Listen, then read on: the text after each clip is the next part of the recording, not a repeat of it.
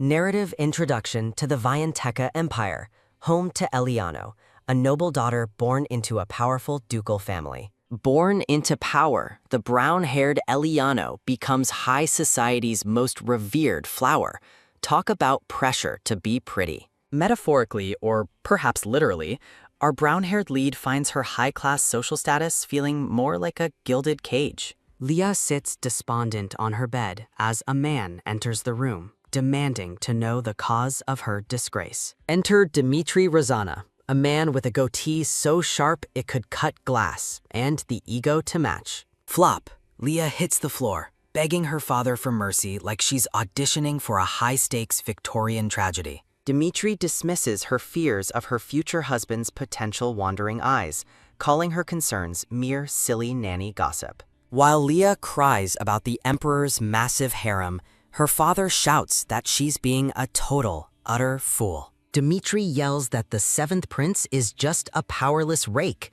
Basically, he's hot but has zero political clout. Trembling, Leah hides her face, terrified that her future husband might be executed by the next emperor in line. Noblewomen gossip about the Jacador family's short lifespans, noting that princes either become emperor or die quite early. Leah sits on a throne, looking like she just realized marrying into royalty is the ultimate high-stakes gamble. Dmitri tries to sell the marriage contract as a peace symbol, promising the prince cannot take other wives. With eyes full of tears, Leah pleads with her father, clearly not buying his optimistic peace and love pitch. The Duke snaps, telling her to quit crying and remember she's lived in luxury thanks to the Rozana name. Leah's tears continue to fall, proving that a life of comfort doesn't make being a political pawn any easier. The big day arrives. A massive royal wedding procession marches through town with more horses than a Western movie.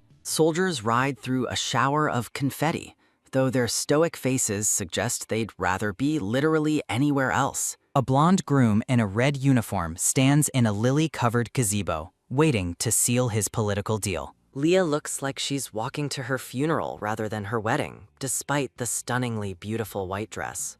Guests whisper about the lucky prince while Leah weeps behind her veil.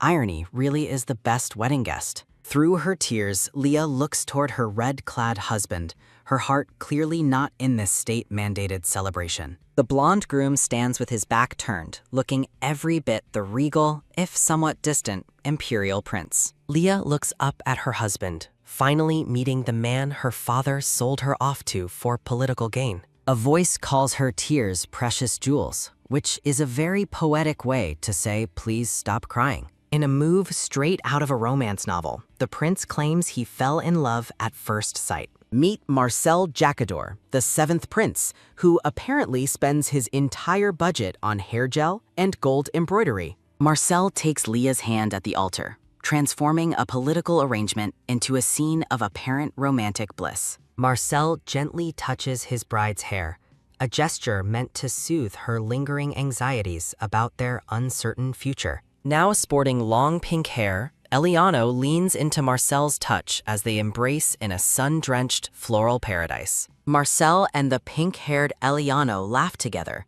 The narration notes she was as naive as a small child. A family tragedy strikes as Marcel and Eliano stand by a dying woman, leading to his royal adoption. Opportunistic noblemen shout their support for Marcel, realizing he's the new it boy of the imperial court. A montage reveals Marcel's rise to glory through battlefield victories and the support of a mysterious praying saintess. Marcel kneels as the Pope of the Nymphs offers a divine blessing, adding holy to his royal resume. Clasping his hands, Marcel plays the humility card, claiming his success was just a miraculous stroke of luck. Don't let the modest talk fool you. Marcel's blue eye gleams with the cold, hard light of ambition. Standing on his balcony, Marcel reflects on his glow-up from a neglected nobody to a prince with real power. Looking over his shoulder, Marcel promises to bring Eliano all the riches and glory the world can offer. Eliano, now in a blue gown, tells Marcel his love is enough, her safety becoming secondary to his dreams. Kneeling in a blue-lit chapel, Eliano prays to sacrifice her own luck so Marcel can have everything he desires. Gold coins rain down as the Rosanna household pours their entire fortune into Marcel's quest for the throne. Success, Marcel stands tall in full Emperor gear, looking like he finally beat the game on hard mode. The Emperor's new robes are a masterpiece of embroidery, symbolizing the absolute power he now finally wields. A white-gloved hand prepares to place a ruby-encrusted crown onto Eliano's pink hair, payment for her many sacrifices. Dark clouds gather as Eliano's origins in an enemy country become a major roadblock for her empress dreams. As Marcel becomes the crown prince, the alliance with Vianteca crumbles, leaving a trail of smoke and spears. The flames of war consume everything, putting the pink-haired Eliano in a very precarious and difficult political position. Noblemen demand that Marcel make Duchess Bane the empress instead, proving that political loyalty has a short shelf life. Whispers of impure blood fill the air as Eliano stands alone, surrounded by the cold judgment of the court. Narrator sets the mood. Eliano didn't want the crown, but she eventually dove into the deep end for love. Blonde Marcel breaks the news that he's hitting the big time as emperor. Talk about a royal promotion. Pink-haired Leah believes empress status is her birthright, because why wouldn't she be the main character? Marcel side-eyes her ambition, asking why she's so obsessed with the title. Is it for the better dental plan? Leah gets offended, asking how she could be anything but his partner, given their history of romantic bliss. Marcel tries to pitch Imperial Wife as a great gig, but Leah isn't buying this participation trophy. She threatens to go home to Vianteca if she's not Empress. Talk about the ultimate I'm leaving flex. Teary-eyed Leah wonders if the love has died, a quiet drip-drip sounding as her world starts crumbling apart. Surrounded by flowers, Marcel promises eternal love, though he definitely didn't sign that in blood or anything. Success, Leah gets the crown and the red dress, finally becoming the empress she fought so hard for. Reality check, the crown is heavy, thorns are everywhere, and adulthood is officially a total royal scam. Emperor Marcel drops a bombshell. He's taking Duchess Bane as his support wife. Congrats on the side piece. Leah clenches her hands and accepts the new royal reality. Because, well, what choice does she really have? Red-haired Elizabeth of Bane bows, ready to move in and complicate the royal marriage even further. Leah plays the polite host in the greenhouse, wishing Lady Bane luck in the palace viper pit.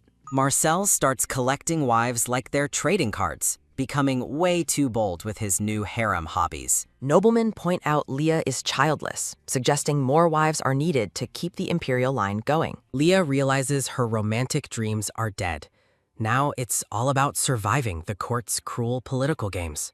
A sudden bang echoes as Leah sits at her desk, her quiet morning officially ruined by royal drama. Marcel bursts in screaming her name, looking like he's about to win the award for most dramatic entrance. The emperor rants about the third wife missing a prayer meeting. Honestly, who even likes those long meetings? Leah remains calm, asking if writing scripture is really a harsh punishment. It's basically just extra holy homework. Marcel yells that his third wife is weak and was poisoned, completely ignoring Leah's own survival stats. Marcel's disappointment is palpable, while Leah stares back, realizing she's no longer the favorite player. A clench sounding follows Leah's silent thought. She was poisoned too, but nobody's making a scene for her. Leah decides managing these women is her job, desperately wanting to believe Marcel still loves her. Tea time gets real as noblewomen explain that a man's love is as fleeting as a summer sail. Leah admits the emperor hasn't visited her palace in ages. Someone needs to check his GPS settings. The friends suggest a classic seduction plan to get a son, because apparently that's the only royal currency. Leah is horrified at being a mistress, but her friends remind her that sons equal long-term job security. The brunette noblewoman gets blunt. Forget the romance and just go for the seed to stay safe. Leah's eyes harden as she realizes she needs an heir to keep her head above water. Sitting in the shadows, Leah prepares to protect herself, realizing the flower of love has officially wilted. She crushes her ego and invites him over. And surprisingly, the emperor is suddenly all ears. Leah defends her dignity, shouting that an empress shouldn't be treated like a low-tier palace mistress. Marcel pins her to the desk, challenging her to scream for help. He mocks her goal, asking if she's finally ready to get that seed she's been needing. Stunned, Leah gazes up at the man she once loved, realizing he's become a total royal nightmare. Marcel refuses to protect her honor, essentially telling her that the romantic contract has been rewritten. He threatens to stop if she closes her eyes.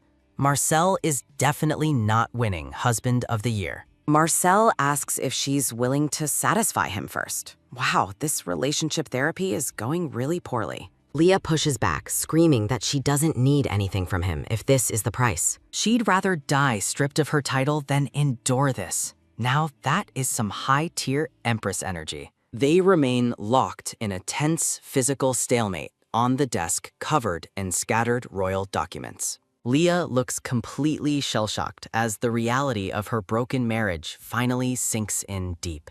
Marcel shouts that she only wants an heir, accusing her of faking the love she once had. He claims he fought for her title, so she owes him love. Gaslighting really is a royal specialty. The scene pulls back, showing them amidst flowers as their toxic argument reaches a fever pitch. A close-up reveals Marcel's cold, calculated gaze. There's definitely no warmth left in those blue eyes. He mocks her again, calling her tears jewels. Apparently, some pickup lines never go out of style. Leah realizes her love is gone, but the desire for an heir keeps her anchored in this mess. A grand announcement echoes through the hall as Flint Howard of Vianteka makes his dramatic, uninvited entrance. Meet the Northern Grand Duke, Flint Howard, who apparently thinks a fur cloak makes up for breaking and entering. The pink-haired Leah isn't exactly rolling out the red carpet for this mysterious visitor from her past homeland. Flint kneels in apology, while his guard plays a high-stakes game of Don't Move with Leah's terrified maid. With a gaze that could freeze a volcano, Flint stares down the Empress, clearly not here for the small talk. Leah questions if her family is behind this, or if Vianteka finally decided to scrub out its royal traitor. Flint drops a truth bomb, claiming his country never actually wanted anything from her in the first place. Offended, Leah glares back. She might be a political pawn, but she's definitely not anyone's fool today. Flint gets blunt, explaining that Vianteka is far too busy surviving to worry about her family's petty drama. The offer is on the table. Flint wants to take Leah home, leaving her completely stunned by the audacity. He pitches a life of peace in her homeland, a tempting alternative to the poison-filled viper pit she currently calls home. Her heart gives a heavy but doom thumping, the stress of this midnight job interview finally starting to take its toll. The plot thickens as a mention of Damien Rosnaz's will brings a floral, yet ominous vibe to the room. Leah's eyes widen in a moment of sharp realization. It seems the ghosts of her past are finally catching up. Angered by the mention of her family, Leah shouts Damien's name, her pink hair practically vibrating with pure fury. A flashback reveals Flint as a legendary warrior, proving he's much more than just a man with a fancy cape. The history lesson continues. Crown Prince Alphonse's death paved a messy, blood-stained path to the throne for his successor. Under a full moon, a young hostage was sent away, a classic royal move for when you're out of options. Flint was born into loss, with a weeping maid holding the baby who would become a legend. Neglected and lonely, the young boy stared out at the snow, fueling the ambition that would lead him here. Back in the social circle, Leah remembers how Vianteka's rules of succession are basically a royal Survivor episode. Mocking the old emperor, the court wonders how the unlucky prince died so suddenly. Spoiler alert, it probably wasn't allergies. Flint circles back to his main point, essentially offering Leah a one-way ticket out of her miserable Empress gig. Leah remains in total shock, her brain trying to process a rescue mission that feels more like a kidnapping. The Grand Duke doubles down, promising a life of luxury if she'll just quit her day job as Jakador's empress. Leah's gaze narrows as she looks at this man. In this world, free offers usually come with a hidden subscription fee. A splash sounding echoes as Leah hurls her tea, screaming her brother's name in a fit of absolute betrayal. She bellows at Flint for the mockery, her patience thinner than the lace on her fancy blue nightgown. Leah accuses him of plotting an invasion, suspecting that her rescue is just a convenient excuse to start a war. Clenching her hand, she declares she'd rather face the Emperor's wrath than trust the man her brother sent. Flint looks genuinely pitying, warning her that her husband, Marcel, is the real snake in this royal grass. Loyalty is a hell of a drug. Leah snaps back, defending the man who's currently neglecting her for other wives. Flint offers a promise of safety, but Leah rejects it, knowing that royal promises are about as solid as clouds. Taking his leave, Flint asks her to think clearly, staking his own name on her future security. Bold move, Duke. The tension breaks as Flint turns away, while his guard finally stops bullying the poor blonde maid. He sets a deadline, 3 days to decide her fate at the greenhouse. Hopefully they have good snacks there. Leah delivers a classic get out line, her crossed arms signaling that this late-night visit is officially over. Flint leaves her with one last reminder of his promised peace, looking every bit the brooding hero from a novel. A rhythmic step-step sounding fades into the night as the Duke departs, leaving a very confused Empress behind. A sudden flop sounding hits the floor as the maid collapses, clearly overwhelmed by the accidental treason she witnessed. Kneeling in total submission, the maid vows to follow Leah to the grave, proving that good help is hard to find. Leah reflects on her maid's fierce loyalty, realizing the poor girl was only following Flint's orders to stay alive. Crossing her arms, Leah resolves to stop being a puppet. She's done letting her twin brother run her life. Meet Duke Damien Rosanna, Leah's twin brother, who apparently spent his time plotting his sister's miserable life.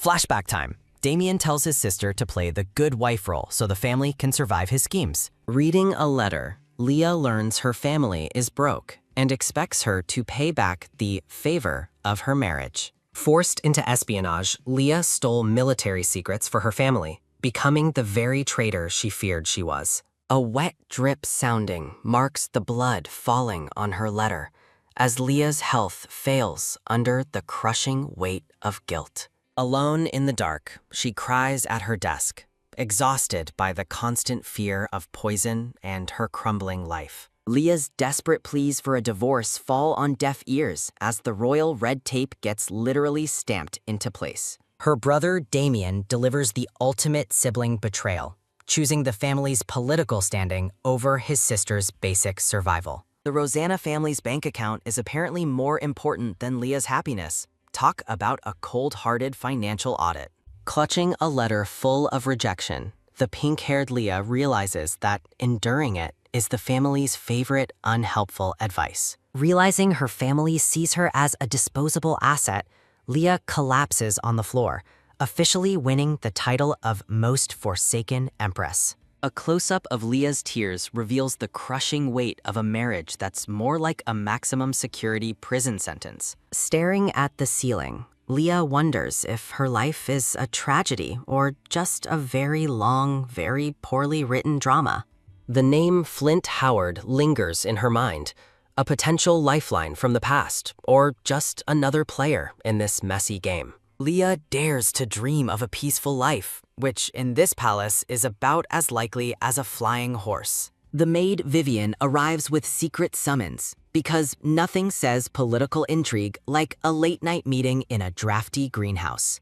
Under a starry sky, the Northern Grand Duke Flint Howard waits in the greenhouse, looking like a very fashionable forest ranger. Flint's intense gaze suggests he's either planning a rescue mission or judging Leah's choice of midnight garden wear. The guards are getting nervous about the patrol, while Flint starts to think his Empress invite got lost in the mail. A mysterious cloaked figure emerges from the shadows, making an entrance that would put any stage actor to shame. Leah sheds her disguise, proving that even a fugitive empress knows how to accessorize for a midnight treason meeting. Flint remains silent, probably processing the fact that his simple plan just got a whole lot more complicated. Leah takes charge, mapping out a secret escape route through the servant paths like she's planning a royal heist. A box of forged identity cards is revealed, the ultimate get-out-of-jail-free card for a desperate empress. The guard panics about a potential trap, but Flint shuts him down with a hand gesture that says, "Chill out, I got this." Leah drops a cryptic message about Vianteka's sun losing its light, leaving the men stunned by her dramatic poetry skills. She urges Flint to go seize the throne, because if she's going down, she might as well help a friend level up. With a final message from the moon, Leah wraps up the conversation with enough mystery to fill 3 sequels. She fades into the night, leaving the Duke standing in the garden with a head full of secrets and forged IDs. Flashback time.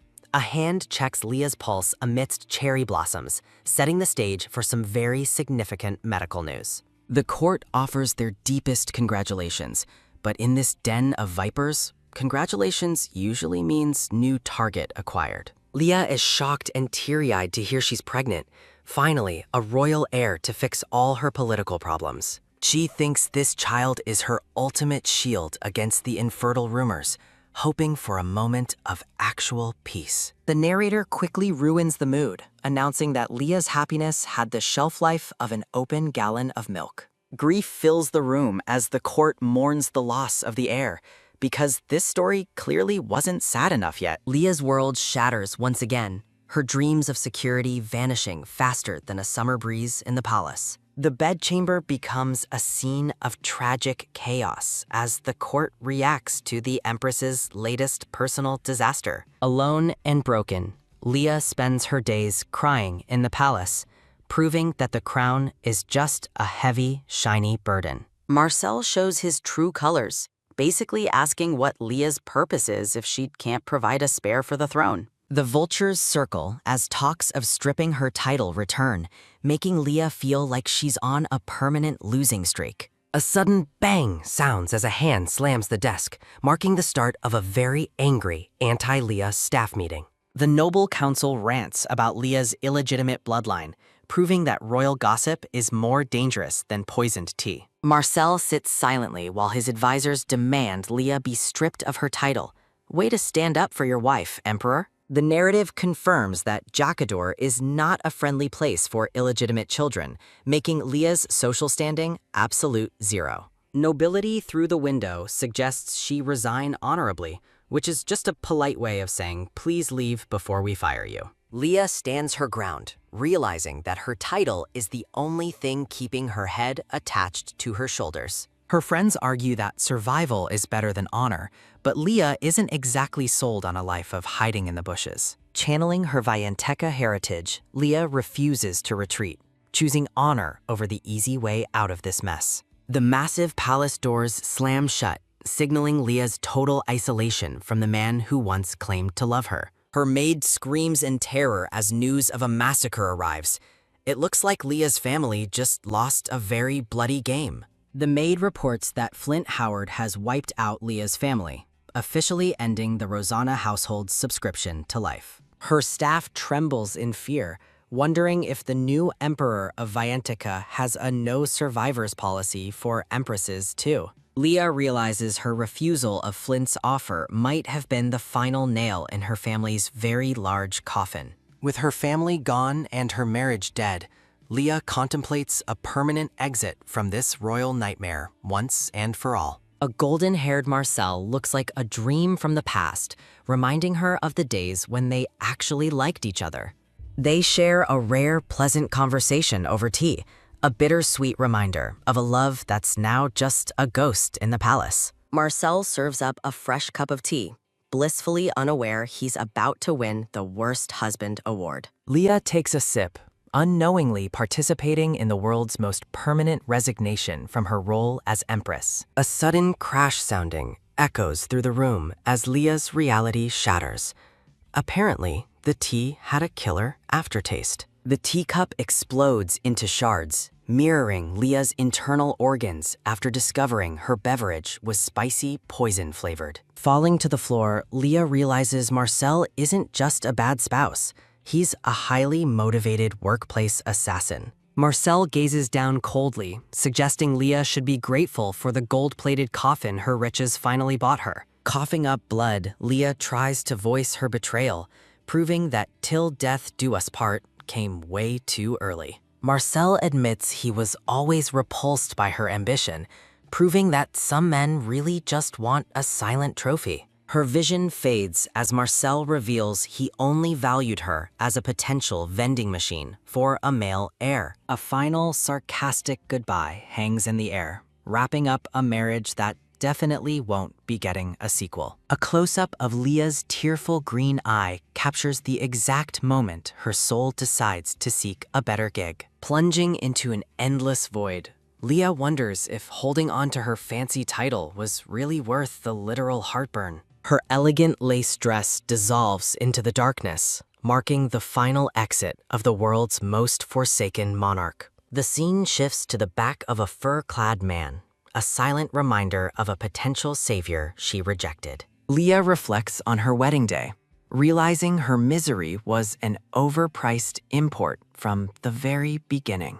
If she could time travel, Leah would have taken a beating from her father over a life with her stabby husband. Sunlight streams into a grand room, signaling a reset button has been hit on this royal tragedy. Meet Eliano, a brown-haired girl with eyes like emeralds, and a future that hopefully involves less lethal tea. Lounging in a flower-filled room, she looks like the picture of innocence before the political trauma kicks in. We move to a church where the candles are burning bright, perfect for a little pre-regression prayer session. Eliano turns as someone calls her name, looking far too elegant for someone currently undergoing a metaphysical reboot. The local gossips inquire about her rejected proposals, clearly confused why she isn't jumping at the chance for marriage. A quick slip sounding occurs as Eliano adjusts her veil, blocking out the noise of people who can't mind their business. The atmosphere turns hilariously awkward as the two women realize Eliano isn't interested in their small talk. Everyone assumed being a Rosanna was a winning lottery ticket, but for Eliano, it's just a very gilded cage. Freedom isn't about skipping a wedding. It's about not being used as a pawn in someone else's game. The neighborhood watch admires her affectionate twin, completely missing the red flags flying over the Rosanna household. Beneath the lace, Eliano hides a secret. She knows exactly how this horror movie ends, and she's changing the script. A wardrobe full of silk and gems serves as a reminder that luxury is often just camouflage for despair. Her father, Duke Rosanna, takes credit for her existence, proving that narcissism is the family's primary personality trait. He delivers a chilling decree about her purity, because apparently her life is just an asset for his portfolio. Raised as a human doll, Eliano's education focused on serving tea instead of, surviving assassination attempts. The Duke scoffs at her desire for books, clearly fearing that literacy might lead to inconvenient things like thoughts. Little Eliano pouts as her tutor insists culture is enough, because why learn math when you can learn etiquette? The tall tutor in black looks down on her, ensuring the child stays in her lane, the lane of ignorance. Faced with a difficult book, Eliano finds herself trapped in a system designed to keep her perfectly uneducated. A red-haired tutor offers a shortcut through the hard stuff, effectively sabotaging Eliano's brain for her own convenience. Tears stream down Eliana's face as she fears her father's wrath. Apparently, failing a test is a capital offense. The tutor promises a cover-up, proving that good help is just people who are also terrified of her father. The Duke prepares to educate her with a cane, showing his true colors as a world-class monster. A rhythmic whip-whip sounding fills the air, marking the brutal rhythm of a childhood defined by fear. Blood stains her legs as her father tells her to remember the pain, a lesson she'll definitely use for revenge. In a classic gaslighting move, he claims he never disciplines her while she's literally bleeding on the floor.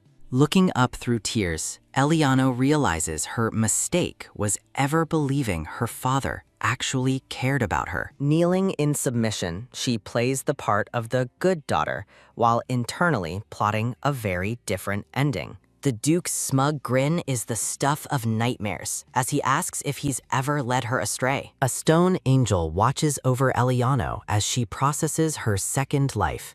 This time, she's the one holding the cards. With a look of absolute steel, Eliano resolves to use her miraculous luck to burn the old system down. Back in the church, she swears a holy oath to never be a victim again.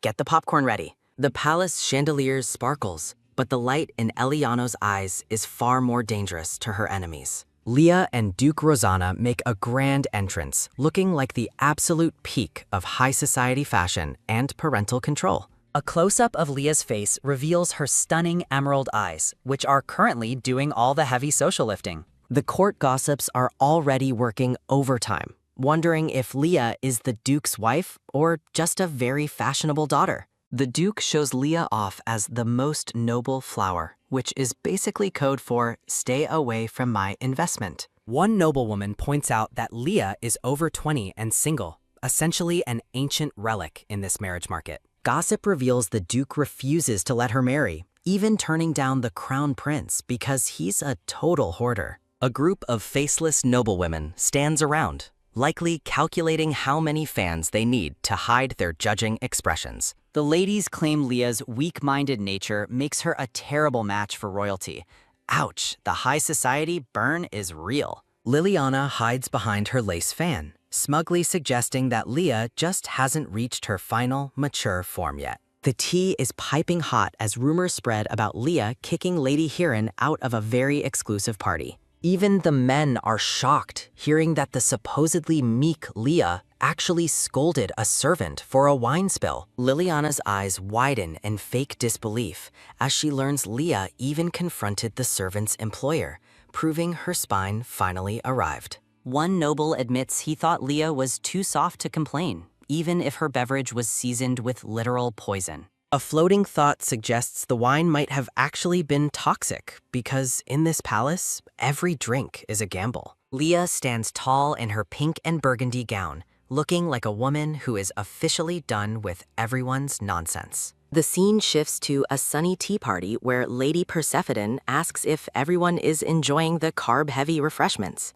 Lady Hiran, looking regal in green, prepares to take a sip while probably planning her next social assassination attempt. Leah arrives at the table, her emerald eyes fixed on Lady Hiran like a predator spotting a very fancy snack. Leah's gaze turns intense as she tells Lady Hiran they are on the same page, which usually precedes a disaster. Lady Hiran is visibly shaken, her social dominance crumbling faster than a cheap biscuit after Leah's blunt comment. Taking a calm sip, Leah asks Lady Hiran if she needs a reminder on exactly who should be leaving first. Shocked and outraged, Lady Hiran demands to know why she's being evicted from the garden party like a common weed. Leah schools Lady Persephone on her mother's failure to teach her proper manners, effectively ending several social careers at once. Lady Persephone looks down in shame, realizing she's just been intellectually dunked on by the woman she called weak. Lady Hiran stomps away in a huff while Leah continues her tea, proving that silence is the ultimate power move. Nearby nobles assume Lady Hiran deserved it, praising Leah for finally standing up for herself against the palace vultures. Standing alone with a glass of champagne, Leah wonders why high society is so rattled by a minor social execution. Looking away with a reflective gaze, she processes the fact that her new villain era is going surprisingly well. Leah reflects on her past life as a foolish empress, realizing her survival was basically a statistical impossibility. Liliana appears behind her, asking why Leah is acting like a wallflower instead of her usual, easily manipulated self. A flashback shows their childhood meeting, a friendship engineered by their fathers to secure a very lucrative political alliance. Young Liliana used to rescue a crying Leah, establishing a hero-victim dynamic that lasted way too many years. Liliana flashes a bright, calculated smile.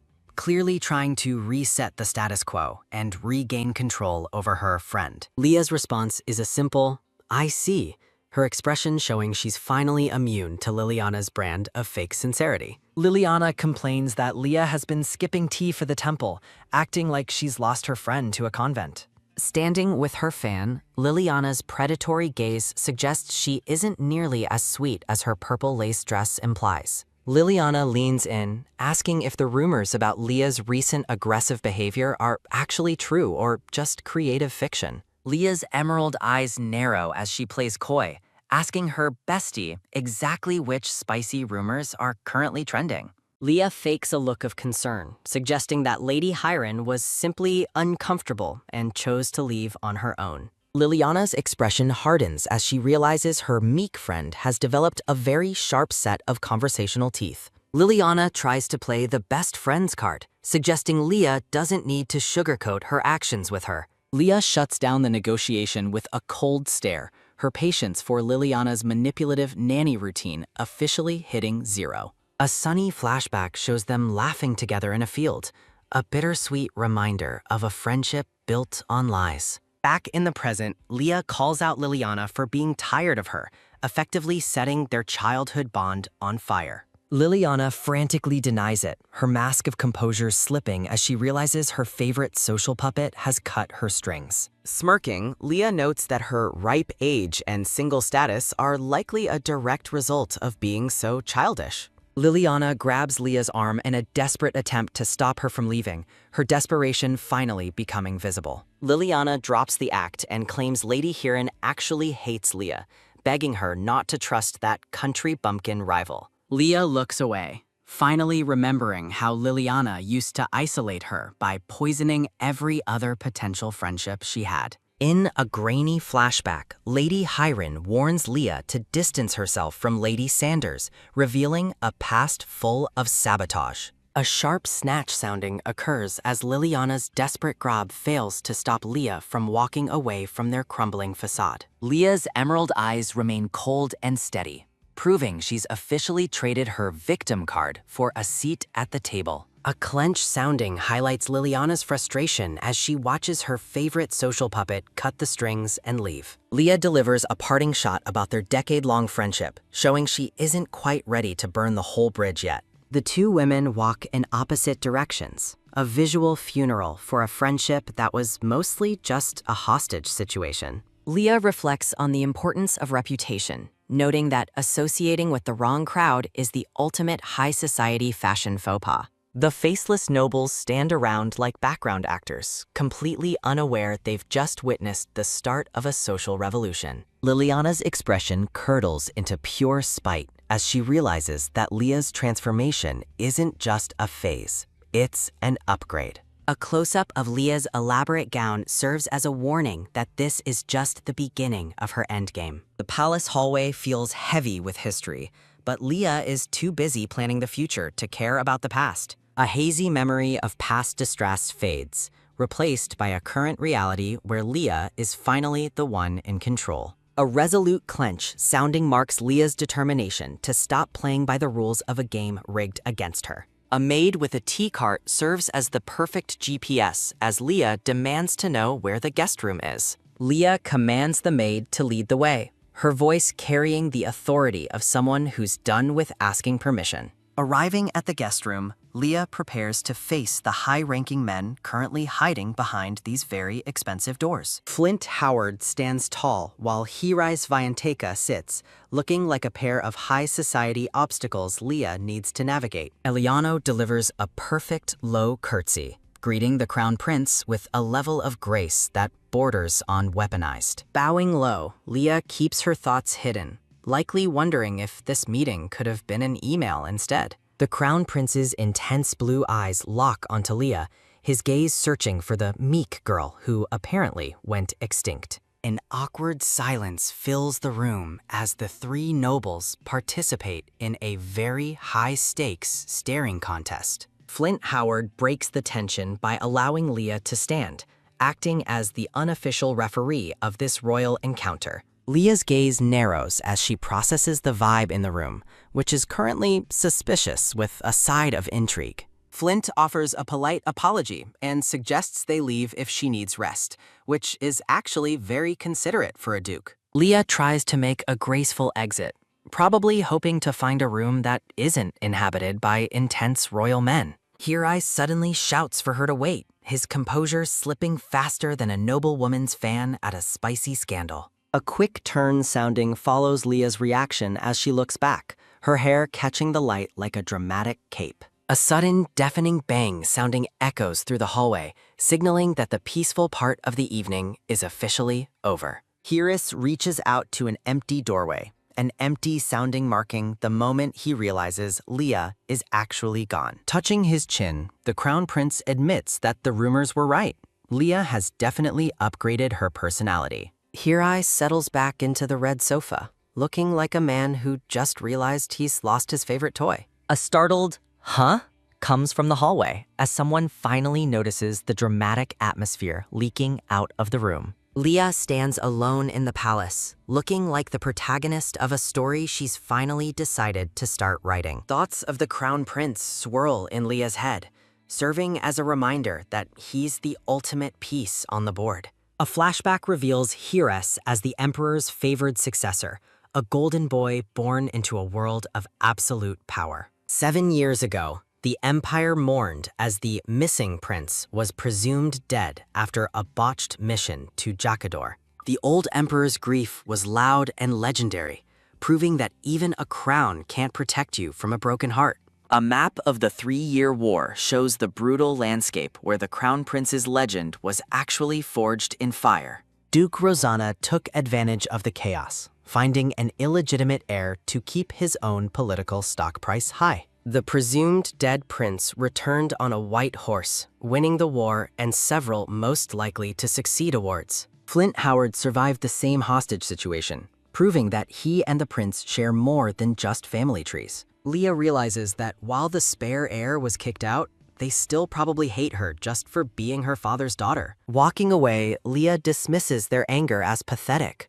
If they want revenge, they should try taking it out on her father. A voice calls out her name, interrupting Leah's internal monologue about the inefficiency of palace-based social vendettas. Turning around, Leah finds herself face to face with the Northern Grand Duke, who apparently wasn't finished with their conversation. Flint Howard's gaze is intense and focused, looking like he's trying to solve a puzzle that Leah just reset. Leah asks if he stopped her just for small talk, her expression radiating, "I have better places to be." A reach sounding accompanies Flint Howard returning Leah's dropped hairpiece, a move that is either very polite or a trap. A fidget sounding occurs as Leah adjusts her bow, joking that dropping items is a classic way to flirt. Flint stays dead serious, assuring Leah that he knows her accident was actually just an accident, killing the joke instantly. Leah flashes a genuine, bright smile, realizing that some people in this palace are surprisingly hard to manipulate. Leah leaves her broken butterfly hairpin in Flint Howard's hand, deciding she doesn't need a cracked accessory or his pity. Leah reminds the Duke that if he truly knew her father's reputation, he'd understand why she's allergic to his kindness. Sweeping away in her elaborate pink gown, Leah exits the palace hallway like she's walking off the set of a blockbuster. Flint Howard stands alone, looking like a man who just lost a debate he didn't even know he was having. The grand chandelier sparkles above, signaling a shift in the evening's high-stakes social atmosphere as the scene resets. Here is Vyantika sits on a red sofa, sipping tea while looking like he's bored of being the Empire's main character.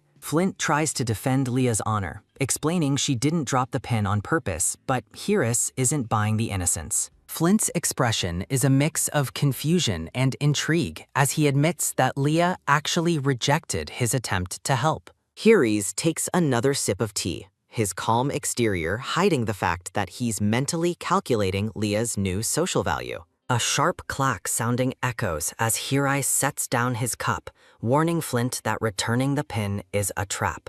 Flopping back with a sudden flop sounding, Hirai warns that Duke Rosanna treats his daughter like a political trophy. A collection of jewelry serves as a visual guide to the classic accidental drop flirting maneuver used by noble ladies. A romantic illustration shows a man returning a dropped item, a move intended to spark affection, or a massive social headache. Leah stands among roses while the narration notes her new reputation as the woman who dared to reject the prince. In a hilarious outburst, a chibi Hirice shouts while Flint stands there looking like a very confused, very handsome wall. An extreme close-up of Leah's emerald eyes highlights her warning that her father is the ultimate reason for her behavior. Flint stares into the middle distance, wondering if Leah's cryptic message about her father was actually a secret SOS. Hirice gestures wildly, telling Flint to toss the hairpin immediately before Duke Rosanna starts printing Grand Duke Loves Leah flyers.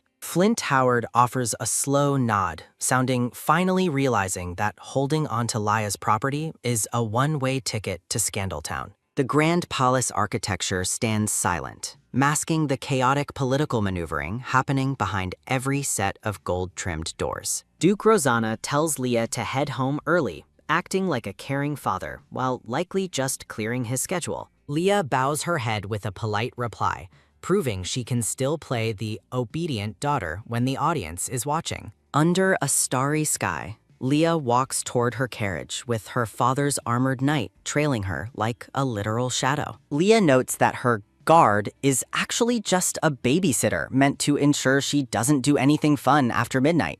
The knight asks about her argument with Lady Sanders, proving that palace gossip travels faster than a royal carriage. Leah identifies the armored man as her father's personal spy, a realization that makes his fake concern even more annoying. Turning on her heel, Leah asks the knight if he really thinks she's obligated to answer his every prying question. Leah climbs into the carriage while the knight stands there, looking stunned that his victim has suddenly grown a backbone. Leah sits in the dim light, thinking about how disrespectful it is for her father's lackey to invade her space. A heavy clunk sounding marks the moment the knight ignores her personal space and climbs into the carriage anyway. The knight settles into the seat with a confident sit sounding, looking like a guy who's never heard the word no. Leah's expression goes full Ice Queen as she delivers a blunt command for the knight to get out of her sight. Staring the man down, Leah repeats her order to leave, proving her meek persona is officially in the recycling bin.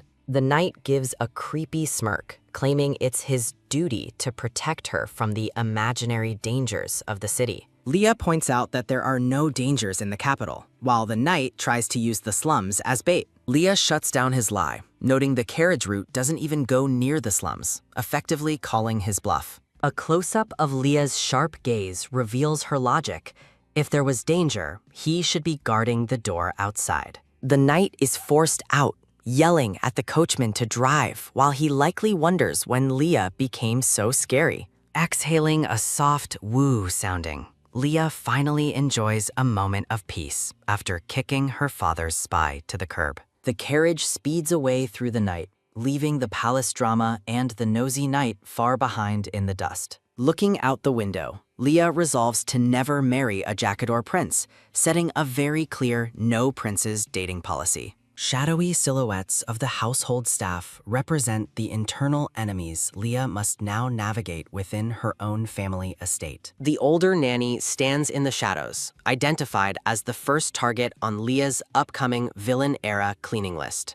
Leah's emerald eyes narrow with determination as she prepares to face the vipers currently living under her own roof. The carriage pulls up to the massive Rosanna mansion, which looks more like a high-end prison than a family home. The green-haired maid brushes Leah's hair, a scene of domestic luxury that hides the underlying tension of palace politics. Leah decides to skip future balls and tea parties, realizing that being the center of attention is a dangerous game.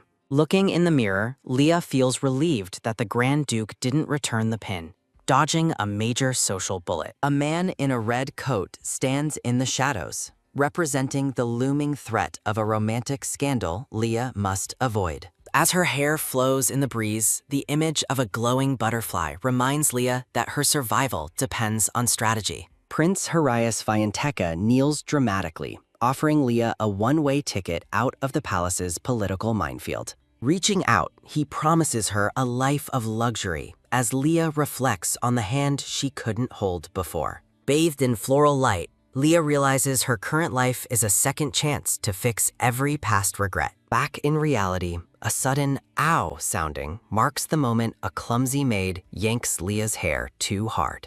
Leah's emerald eyes burn with annoyance as she delivers a stern order for the green-haired maid to stop. The maid promises to be more careful, but continues brushing, clearly underestimating the lady's newfound zero-tolerance policy. A sharp, cold look from Leah suggests that the maid is about to find out exactly how patience breaks. With a violent slap and drop sounding, Leah sends the brush clattering across the floor in a fury. Leah declares that she has no use for staff who don't listen, effectively ending the maid's career. The green-haired maid stands paralyzed, realizing that the household's meek daughter has developed a very sharp edge. Leah doesn't waste words, demanding that the disobedient maid be dragged out of her room immediately. Other faceless servants look on in shock, terrified of the sudden shift in the mansion's power dynamic. The nanny peeks through the door with a chilling smile, clearly the mastermind behind the staff's lack of respect. Leah points a finger with absolute authority, banning the incompetent maid from her sight with icy finality. The nanny bends down to pick up the brush, acting like the house's true authority figure while mocking Leah. Sobbing, the green-haired maid begs for forgiveness, citing an aching hand as a pathetic excuse for her incompetence. The nanny patronizingly assures the maid that the lady surely didn't mean it, openly defying Leah's direct order. Leah's internal monologue seethes with rage as she realizes the staff only fears the nanny, not her. The nanny stands her ground with a smug expression, looking like she's already won this internal power struggle. Facing her enemies, Leah asks the million-dollar question: who exactly do these servants think is their master? Leah warns the nanny that she isn't in the mood for an argument, demanding instant and total compliance. A sharp turn sounding accompanies Leah's exit as the surrounding maids give a synchronized, terrified flinch sounding. Leah commands a freckled maid to fetch the head butler, attempting to bypass the nanny's obstructive influence. A nervous glance sounding occurs as the maid looks to the nanny, too scared to obey the lady's command. The nanny delivers a silent, terrifying glare sounding, effectively freezing the freckled maid in her tracks. Leah stands alone in the silence, realizing that her own household is currently a den of traitors. Her expression goes full Ice Queen as she realizes that her orders are being treated like mere suggestions. Purposeful step-step soundings echo through the hall as Leah decides to handle the situation herself. A male butler tries to block her path, patronizingly offering to handle things, while Leah demands the head butler. The butler claims the head butler is too busy, hoping Leah will just give up and walk away. A sudden grab sounding follows as Leah snatches a large, expensive vase, signaling that diplomacy is officially over. Glass shatters everywhere as Leah smashes the decor, proving she's willing to burn bridges to get what she wants. Leah calmly explains that her destructive outburst was the only way to get these deaf servants to listen. Looming with terrifying grace, Leah commands the terrified butler to take her to the head butler right now. Standing before a line of cowering maids, Leah delivers a collective firing that leaves the room in silence. The nanny shouts in protest as Leah orders everyone out, refusing to tolerate staff chosen for their disloyalty. Leah calls out the nanny's incompetence, mockingly asking what's wrong with her carefully chosen but disloyal servants. Head maid Miller arrives and wisely chooses to follow Leah's orders, effectively neutralizing the nanny's authority. Leah towers over the room, the undisputed victor of a domestic war the staff never thought she'd fight.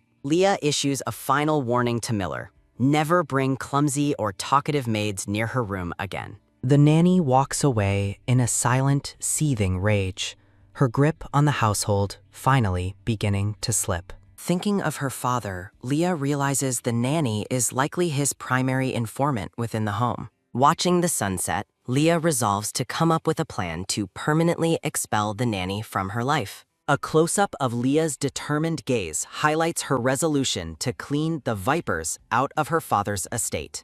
Suddenly, Isabella enters in a vibrant red dress, looking like the next major obstacle in Leah's path. Isabella greets Leah with a fake sweet, "Hello, sister," her smile not quite reaching her calculating eyes. Giggling behind her hand, Isabella comments on how much Leah's new personality reminds her of their mother. Leah stares back with cold silence, her emerald eyes revealing that she's finished playing the sister game. The surrounding maids look bruised and terrified, a grim testament to Isabella's own brand of domestic cruelty. Isabella offers Leah a trade. Since Leah hit a maid, she can hit one of Isabella's instead. How generous. With a mocking tone, Isabella doubts Leah's fragile hands are even capable of delivering a proper slap.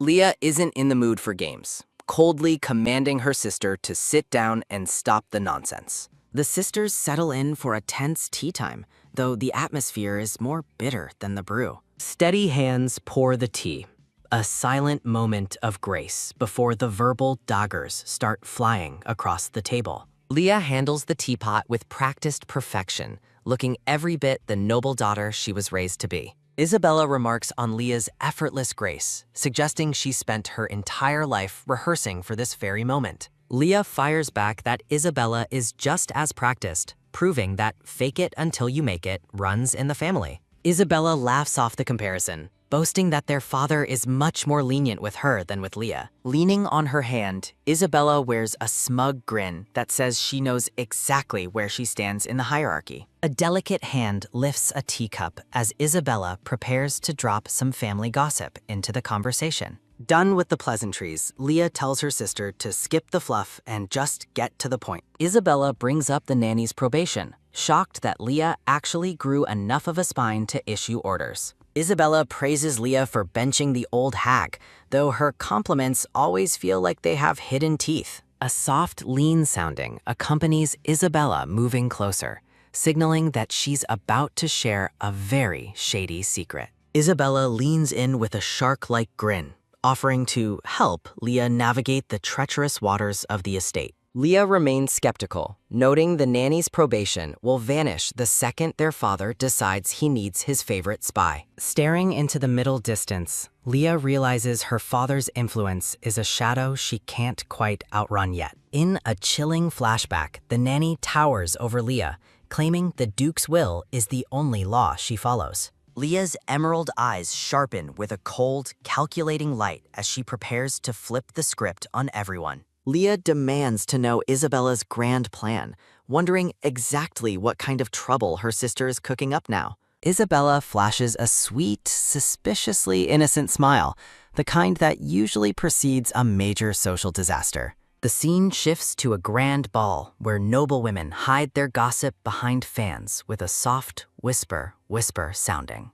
A chatter sounding fills the ballroom as the elite trade secrets while dancing under the crystal chandeliers. Leah arrives in a stunning white ball gown, looking like a goddess while mentally preparing for political combat. Isabella explains the mission. Leah needs to take out Marquis Alvich to stop their father's marriage plans. Startled, Leah wonders if Isabella wants a literal assassination, but her sister quickly clarifies it's a social hit. The plan is simple. Make the Marquis fall for Leah, so he sends her a proposal instead. Isabella begs Leah for help, desperate to avoid a marriage to a man she clearly finds repulsive. Isabella insists that a single dance is all it takes to make the lovesick Marquis change his mind. Leah considers the offer, realizing that having her sister owe her a massive favor is worth the effort. Thinking ahead, Leah decides that trading one dance for Isabella's future loyalty is a strategic masterstroke. Leah wonders if the Marquis is really foolish enough to propose after just one spin on the floor. Marquis Alvovich appears, looking like a love-struck puppy as he gushes over Leah's undeniable beauty. As they dance, Leah realizes the Marquis is indeed a total fool who falls for pretty faces instantly.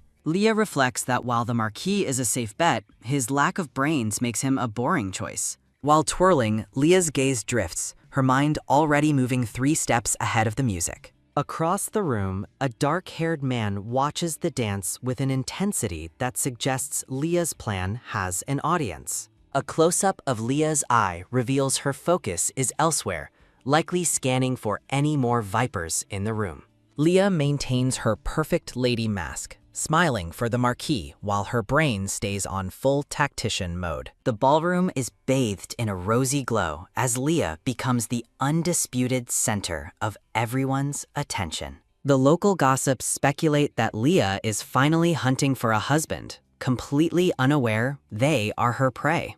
A forest of hands reaches out, each noble hoping to be the next to dance with the evening star. Leah beams with a radiant, fake happy smile, realizing she's successfully manipulated the entire room into a frenzy. In a moment of internal fury, Leah vows that Isabella will pay for dragging her into this mess. The Rosanna mansion sits under a quiet night sky, masking the renewed tension brewing within its stone walls. Leah's ball gown stays perfect, a sharp contrast to the chaotic thoughts racing through her mind after the ball. Returning home, Leah walks into her room with a heavy heart, her brief victory already feeling like a burden. The nanny stands in the doorway with a creepy smirk, announcing her return as if she never left. Leah realizes the nanny is back on her father's orders, proving that her small rebellion was quickly crushed. Creepy nanny Pamela claims she's indispensable, which is just high society code for "I'm your permanent stalker." Flashback, Pamela combs Leah's hair in the shadows, asserting her dominance while playing the part of a devoted caregiver. Pamela warns that Leah's real hair color is a one-way ticket to social ruin and lineage questions. Gaslighting much? Leah recalls how her entire world once revolved around Pamela's manipulation, which is honestly just a tragic waste of trust. In a past life, pink-haired Leah kneels before the emperor, her royal dignity currently at absolute zero. A formal request from the House of Vianteca targets the empress, proving that political vultures never skip a meal. These purple earrings are the late Duchess's artifact, and apparently they're the centerpiece of this family's heirloom drama. The narrative text confirms Eliano has zero rights to the treasure because legal loopholes are a noble's favorite hobby. The series title appears against a clockwork backdrop, signaling it's finally time for some long overdue regression justice. Empress Leah orders her blonde maid to burn Damien's letter, opting for fire as her preferred method of diplomacy. The letter's harsh text demands Leah repent for stealing the treasure, making it clear she has zero fans here.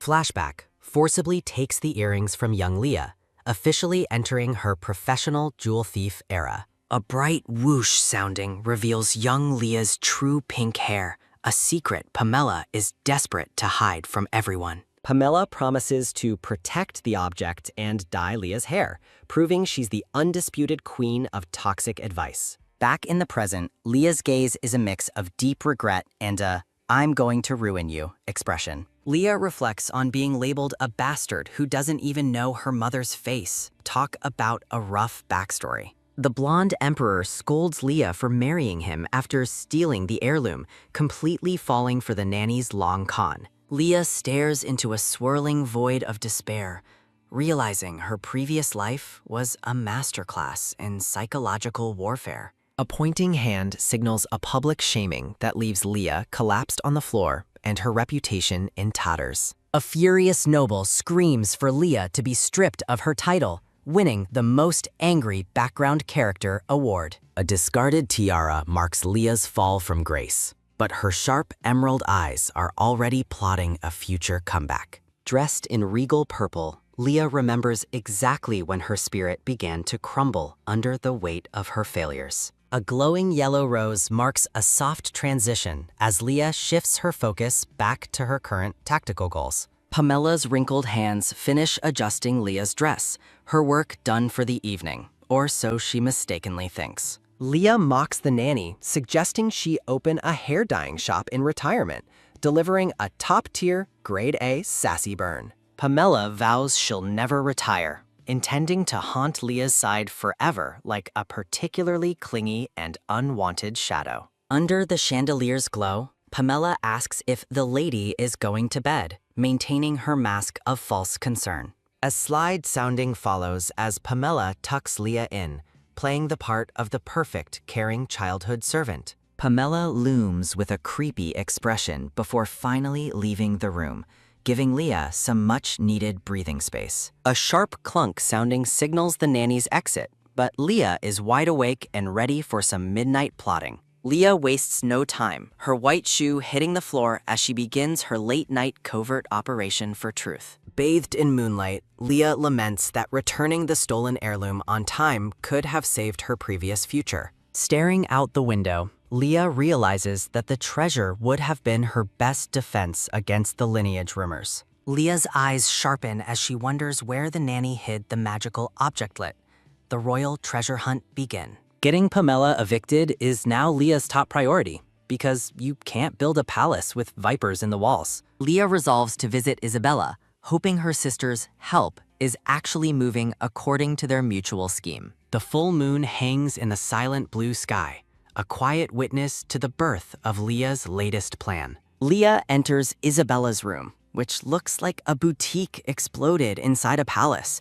Someone clearly loves excessive luxury. Isabella welcomes her sister, commenting on how glamorous Leah looks, though the flattery feels a little too polished. Leah orders the maids to leave the room, making it clear she isn't here for a friendly, sisterly chat. Isabella tells a maid named Emily to ensure no one, especially Pamela, overhears their secret and potentially treasonous conversation. A respectful bow sounding follows as the maid departs, leaving the two sisters alone in the opulent, sunlit room. Isabella gossips about how dead Marquise Alvovich looked when he saw Leah, clearly enjoying the social chaos she caused. Giggling with glee, Isabella claims the Marquis must be totally into Leah now. Success is so incredibly sweet. Leah isn't in the mood for jokes, demanding to know Isabella's specific plan for getting rid of the nanny. Isabella leans back with a smug grin, assuring Leah that she's already found a foolproof way to handle things. Isabella brandishes a fancy fountain pen, claiming all they need to do is frame the nanny as a thief. Leah's expression goes totally blank with shock as she stares at the incriminating object in her sister's hand. A close-up of Leah's eye highlights her realization. That pen belongs to her brother, Damien. Talk about a plot twist. Isabella plans to strike the day their brother leaves, while Leah warns that framing a long-term servant is risky business. Isabella admits that swiping her father's or brother's personal belongings is a tactical nightmare, even for her. Leah suggests raiding their mother's stash, but Isabella shoots that down as another impossible and dangerous feat. With a cunning look, Leah proposes they reclaim something that's already been stolen. How very poetic and efficient. Leah's mini-me is shook by the nanny's criminal career, but Isabella hushes her with a quick shush sounding. Isabella stares down Leah, clearly unimpressed by her sister's lack of volume control during their top-secret heist meeting. Leah inquires about the loot, and Isabella reveals the price: magical purple earrings with a very dark history. Isabella plans to toss the nanny's room, though Leah worries the jewels might have already been pawned off. With a cold glint in her emerald eyes, Isabella knows the nanny wouldn't dare sell the Duke's property. The narrative text warns that their father's mercy is a myth. If Pamela is caught, she's basically toast. Leah stands before the massive study doors, looking like she's about to enter a boss-level dungeon encounter alone. A sudden grab sounding startles Leah as the creepy nanny announces the Duke is finally ready for his victim. Leah's face is the definition of dread as she realizes this meeting will be just as bad as usual. The Duke waits in his massive, sun-drenched library, looking like a villain who definitely needs a new hobby. Leah gazes at the vaulted ceiling, her small frame swallowed by the oppressive luxury of her father's grand domain. Standing in the center of the dark room, Leah is haunted by the trauma of every past visit here. A flash of bound hands and cries for mercy reveals the dark reality of discipline in this household. Leah's mental scars bleed into the present, remembering her father's absolute lack of anything resembling actual parental love. A cold sweat drips down Leah's face as the weight of her memories threatens to crush her resolve. The Duke drops a bombshell. Marquis Aldovich has proposed, and he looks like he's smelling something truly rotten. With a gaze that could wither plants, the Duke accuses Leah of using her charms to trap the Marquis. Leah stammers out a nervous denial, her lady mask cracking under the pressure of her father's intense scrutiny. A heavy bang sounding echoes as the Duke slams his desk, demanding an explanation for the Marquis's sudden obsession. Leah frantically argues that a single dance isn't a crime, but in this house, everything is an offense.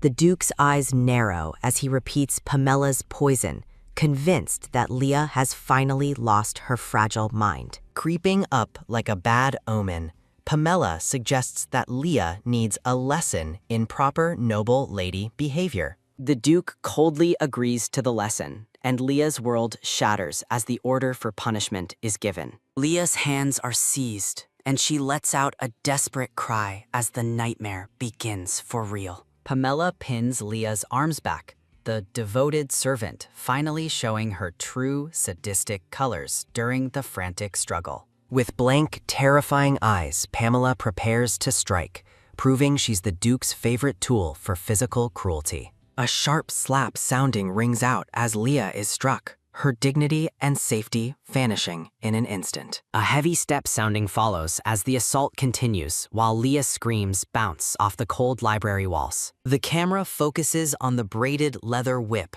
a weapon specifically designed for breaking spirits, not just breaking skin. A dramatic dun sounding announces the Duke standing tall with the whip, looking like a total monster. As the Duke vows to silence her forever, a close-up of Leah's eye reveals her absolute, soul-crushing terror. Isabella is in a total frenzy, her mouth wide as she likely screams for the madness to finally stop.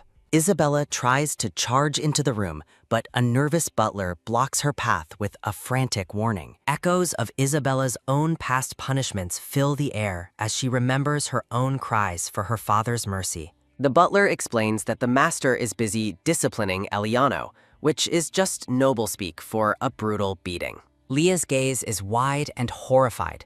She knows exactly what discipline looks like when her father is involved. Leah reflects that while she's faced the stick before, the sound behind those doors is something far worse. Staring at the heavy wood, Leah realizes the punishment being dealt today is on a whole new level. A whish and multiple slap sounding follow as the brutal whipping continues behind the closed library doors. A white dress is stained with blood, and a tremble sounding highlights the victim's absolute agony and shock. The Duke looms over his broken prey, his heavy pant sounding proving he actually enjoyed the physical exertion. The Duke spits out one final insult, asking if she'll ever try to seduce another man after this. A hand reaches out as a voice commands Isabella to stop her interference. Things are getting even tenser. Leah spins around to find a dark-haired man in a blue floral suit watching the drama unfold. It's Damien, the brother who's as cold as the rest of them, looking utterly unmoved by the carnage.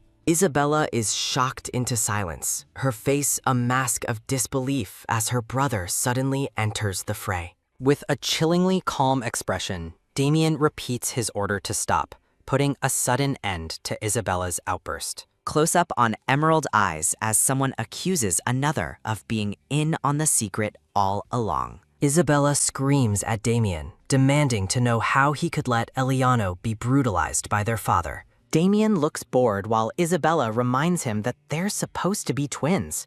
Family is a total mess. Damien drops a truth bomb that Eliano isn't his twin or her sister, shattering Isabella's entire reality. Isabella's world stops as she stares in shock, her brain trying to process this high-stakes family drama. Damien coolly explains that eye color is the only thing they share. He's the king of cold reveals. Damien challenges Isabella's outrage, asking if she's brave enough to take her sister's place in the torture room. Damien warns Isabella to stay in her lane unless she wants to meet their father's whip personally. A soft sob sounding escapes as Isabella breaks down, proving that some truths are just too painful to hear. Damien orders his butler to spirit Isabella away and erase any evidence she was ever present at the scene.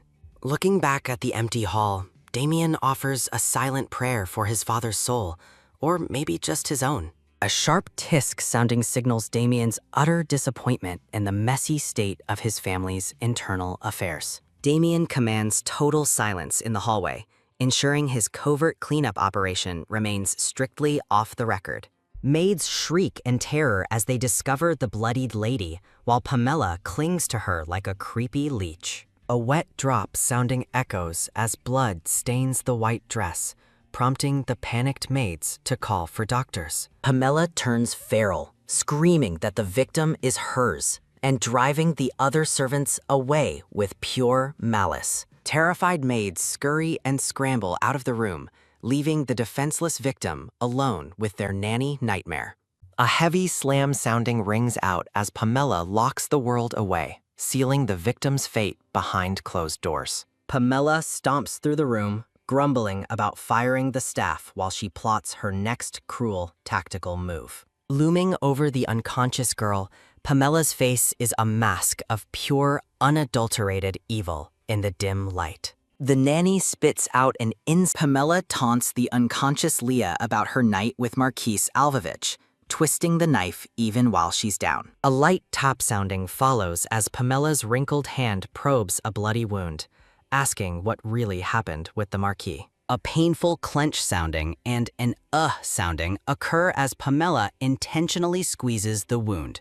Talk about a malpractice lawsuit. Pamela brandishes a gold medicine tin, mockingly claiming the Duke's love is the reason for such fine care. With a sadistic grin, Pamela refuses to apply the medicine, declaring the pain is punishment for Leah's defiance. Leah lies broken and abandoned on the bed, her body covered in wounds that no one is coming to heal. Staring at the chandelier, the narrative reveals Leah expected this betrayal. Trust is a luxury she simply can't afford. A flashback shows Leah dreaming of standing up to her father, only for reality to crush those heroic fantasies. The memory of the whip in her father's hand is enough to turn any dream into a living nightmare. Leah realizes that all her endurance hasn't taught her how to truly master the agony of physical suffering. Becoming Empress won't save her. The only way to be free is to leave this house of horrors behind. A blinding white thought bubble confirms her new mission. She needs to escape her monster of a father. The scene transitions through a field of light, marking the moment Leah's resolve finally begins to harden. A quiet murmur sounding breaks the silence as someone approaches the bed where the victim lies in pain. A loud bang sounding and crash sounding announce Isabella kicking the door in like a total boss-level sister. A sharp clunk sounding follows as Pamela demands to know who dared to interrupt her private torture session. Isabella stands there with eyes full of murder, and suddenly the nanny realizes her days are officially numbered. A heavy thump sounding echoes as Isabella marches forward, her lace-trimmed boots signaling the arrival of instant karma. A satisfying slap sounding rings out as Isabella sends the nanny reeling. Sometimes violence really is the only answer. A dramatic crash sounding follows as the nanny hits the floor, finally getting a taste of her own medicine. A quick turn sounding brings Isabella face to face with the nanny, asking if the old bat has finally lost it. Isabella roars at the nanny for her insolence, proving she can be just as terrifying as her father when provoked. A soft sounding escapes as Isabella finally looks at the bed, her fury turning into pure, raw concern. Rushing to the bedside, Isabella is horrified as a kind-looking nanny with glasses prepares to examine the battered victim. A gentle lift sounding follows as the bespectacled nanny inspects the wounds, while Isabella watches with pure anxiety. The sheet reveals a bloody nightmare, and Isabella's scream for Eliano echoes the horror of their shared life. The kind nanny promises to take care of the untreated wounds, finally offering a glimmer of hope to Isabella. As the kind nanny works, the evil nanny looks on in stunned silence.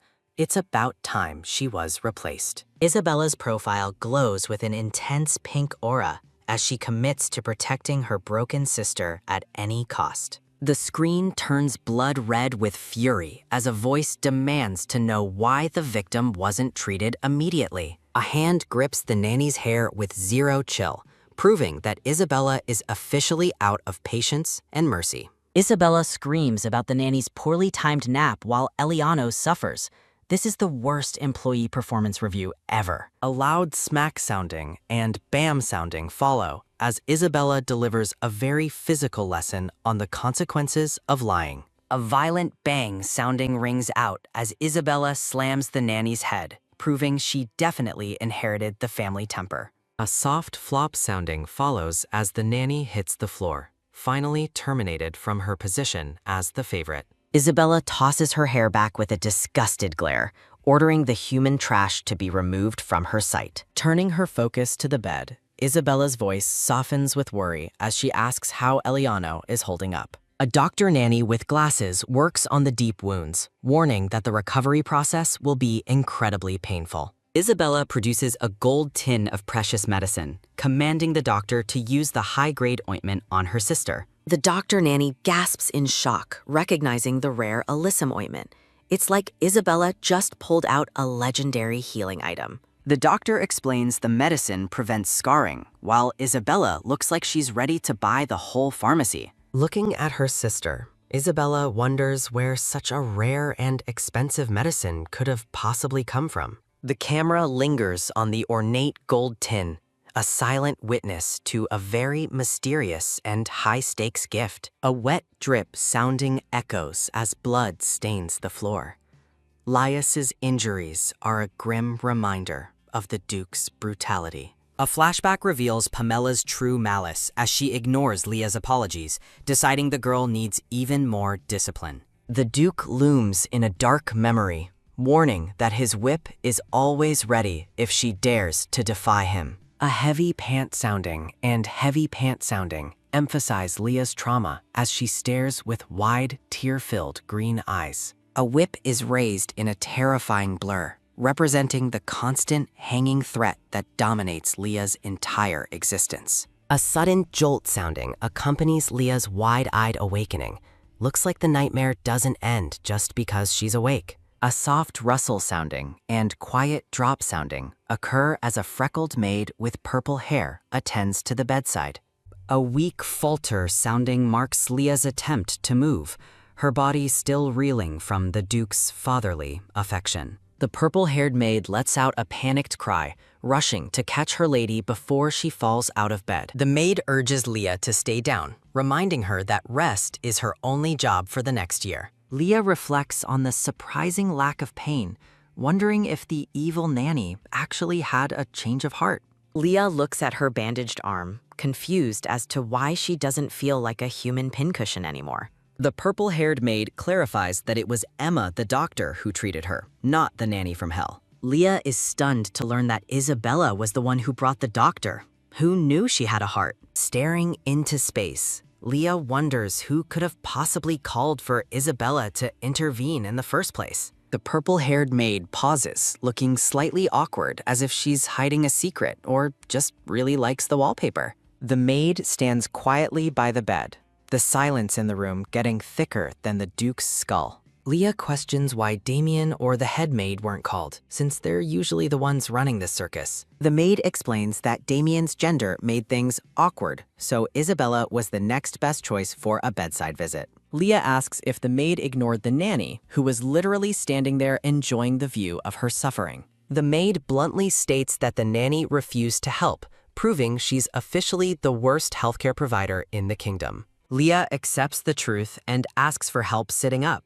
It's time to start planning her grand escape. Leah thanks the maid and learns her name is Lavender, which is a much nicer scent than betrayal. Leah commands Lavender to summon both Isabella and Damien.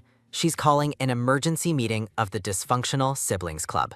A vase of red tulips sits peacefully in the room, blissfully unaware of the family drama about to explode. Leah sits in a grand chair, telling her siblings that while she fears the nanny, she has to tolerate her. Leah explains that her father's trust. Isabella roars in protest, unable to believe Leah is letting the villain back into her inner sanctum. Isabella demands Damien say something, but he just tells her to turn down the volume on her outrage. Damien acts totally bored by the drama, while a painful throb sounding reminds Leah why she needs a new family. Damien tells Leah to stop ordering him around, and she fires back with some top-tier sarcasm about his nice tone. Leah asks if she needs to beg on her knees, but Damien remains as cold as a freezer left open. Damien and Leah engage in a high-intensity glare-off, while Isabella stands between them looking like she's regretting her life. A steady stand sounding follows as Leah rises, asking Damien to use his status to finally talk some sense into father. Damien looks at her with total disappointment, clearly thinking that Leah is the one who doesn't understand the rules. Damien delivers a final, chilling warning. Leah won't be marrying anyone she actually wants. Welcome back to the nightmare. Leah acknowledges her brother's cold assessment with a steely gaze, her green eyes filled with tired, silent defiance. Damien explains that rumors of her husband hunting triggered their father's latest whip-happy tantrum. Nothing says family like violent overreactions. Calling her a fool for prioritizing the nanny, Damien makes sure Leah knows exactly where she stands in this house. Damien pledges to handle the neglectful nanny himself. Apparently, even he thinks her childcare methods are a criminal offense. With a chilling sideways glance, Damien commands Leah to straighten her head and start behaving. So much for brotherly love. As Damien marches off, Isabella roars his name in a desperate attempt to bridge the family's growing emotional canyon. Rushing to her sister's side, Isabella asks if Eliano is all right, while Leah forces a brave, tired smile. Leah reflects on Damien's habitual rudeness, accepting that his personality is basically a permanent, unyielding stormy weather forecast. A sunny flashback shows a younger Leah approaching her brother, back when the world felt slightly less like a cage. When little Damien notes she was born first, Leah excitedly demands he finally start calling her elder sis. Leah searches her memories for Damien's childhood face, but his cold, vacant expression remains a haunting, unreadable mystery. Staring into the void, Leah wonders if her brother's icy demeanor hides a far more devastating secret about their bloodline. A chilling realization hits her. Did Damien always know she was illegitimate? Or is she just overthinking the family drama? In a somber, grayscale vision, a woman gazes in horror at a letter, likely the smoking gun of Leah's forbidden origin. Back in the present, Damien's stern profile remains as unyielding as a stone wall, hiding whatever truth he might possess. Transitioning to a mirror, Leah prepares for social battle in a stunning pink gown, while Lavender assists her transformation. Noticing a distinct lack of toxic presence, Leah asks Lavender if the evil nanny finally took a long walk. Lavender beams with suspicious joy, reporting that the nanny is currently resting in her room due to a sudden injury. In a hilarious mental replay, the nanny takes a majestic tumble down the stairs, successfully breaking her right leg. Karma is beautiful. A mysterious, heavy object was dropped during the fall with a sudden flop sounding, courtesy of a very surprised head maid. Leah and Lavender share a silent, cartoonish moment of triumph. Apparently, the head maid decided the nanny needed a permanent seat. Leah smiles, realizing the household power struggle just worked in her favor. Who knew staff rivalries could be so productive? The head maid is shown looking suspicious, as Leah knows she'd never do manual labor without a very specific victim. Leah commands Lavender to administer sleeping medicine to the nanny.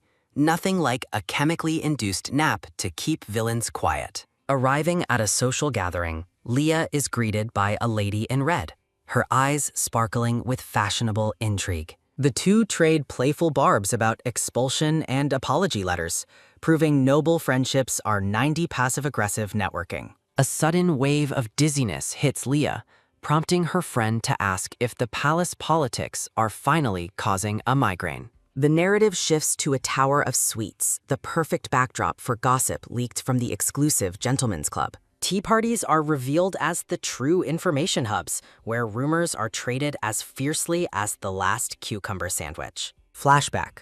A powerful man at the club declares Lady Hirin is simply no match for the legendary Lady Rosanna. The Crown Prince shuts down the gossip, reminding everyone that Rosanna follows the high society rules he likely helped write. He dismissively silences the room regarding Lady Sanders, causing a ripple of nervous sweat among the gathered noblemen. Leah sips her tea, surprised that the prince openly expressed his dislike.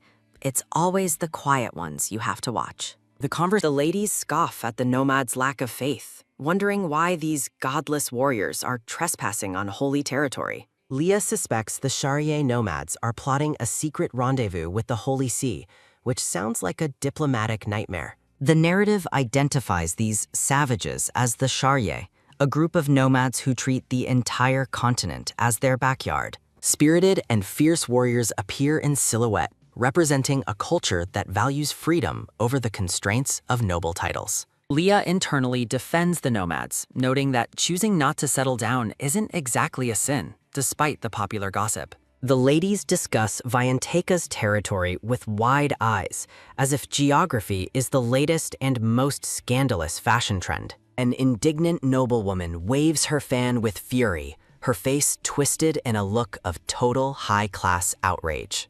In a chibi-style brainstorm, the ladies agree that mobilizing an army is the only logical solution. A chorus of nod-sounding follows.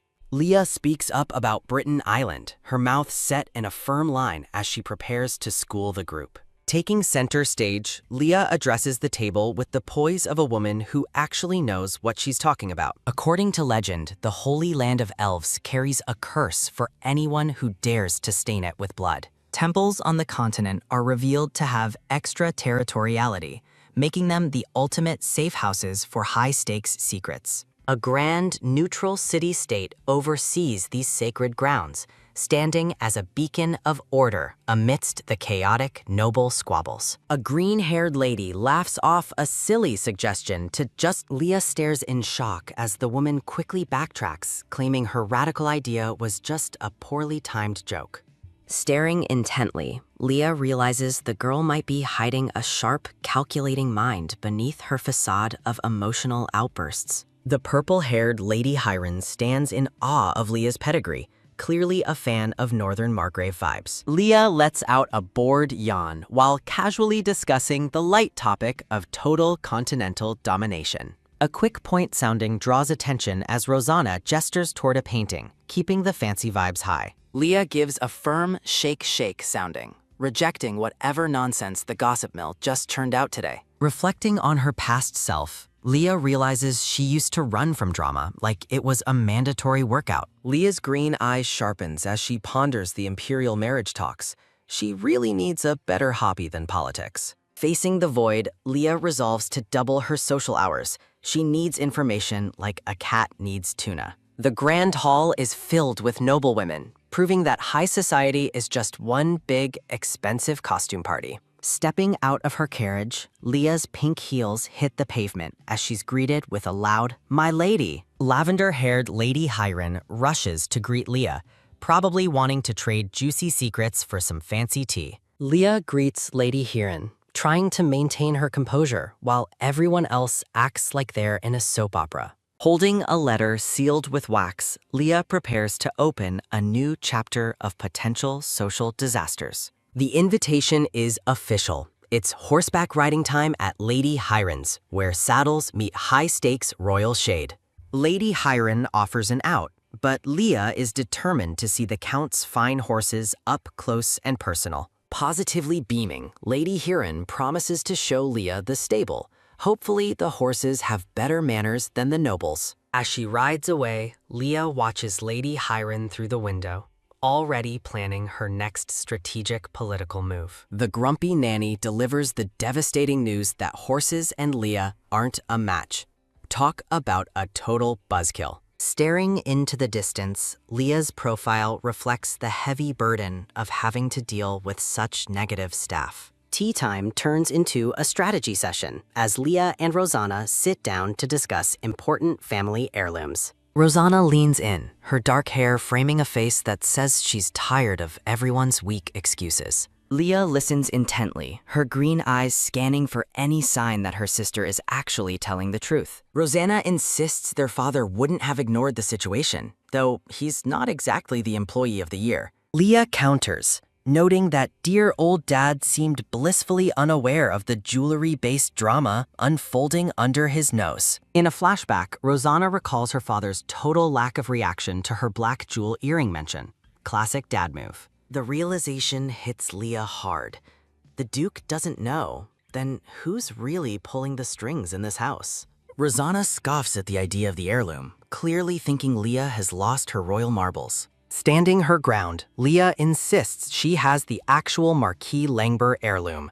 Prepare for a serious mic drop. With a graceful flick sounding, Leah summons a maid, proving she's mastered the art of being pampered. The maid brings forth a carved wooden box, its gold details hinting at the treasures hidden inside. A heavy clack sounding follows as the box opens, revealing a golden cup that screams expensive and magical. Leah introduces the Goldstein, a cup that makes poison as useless as a screen door on a submarine. After a solid clack sounding, Leah wonders who would even try to poison her.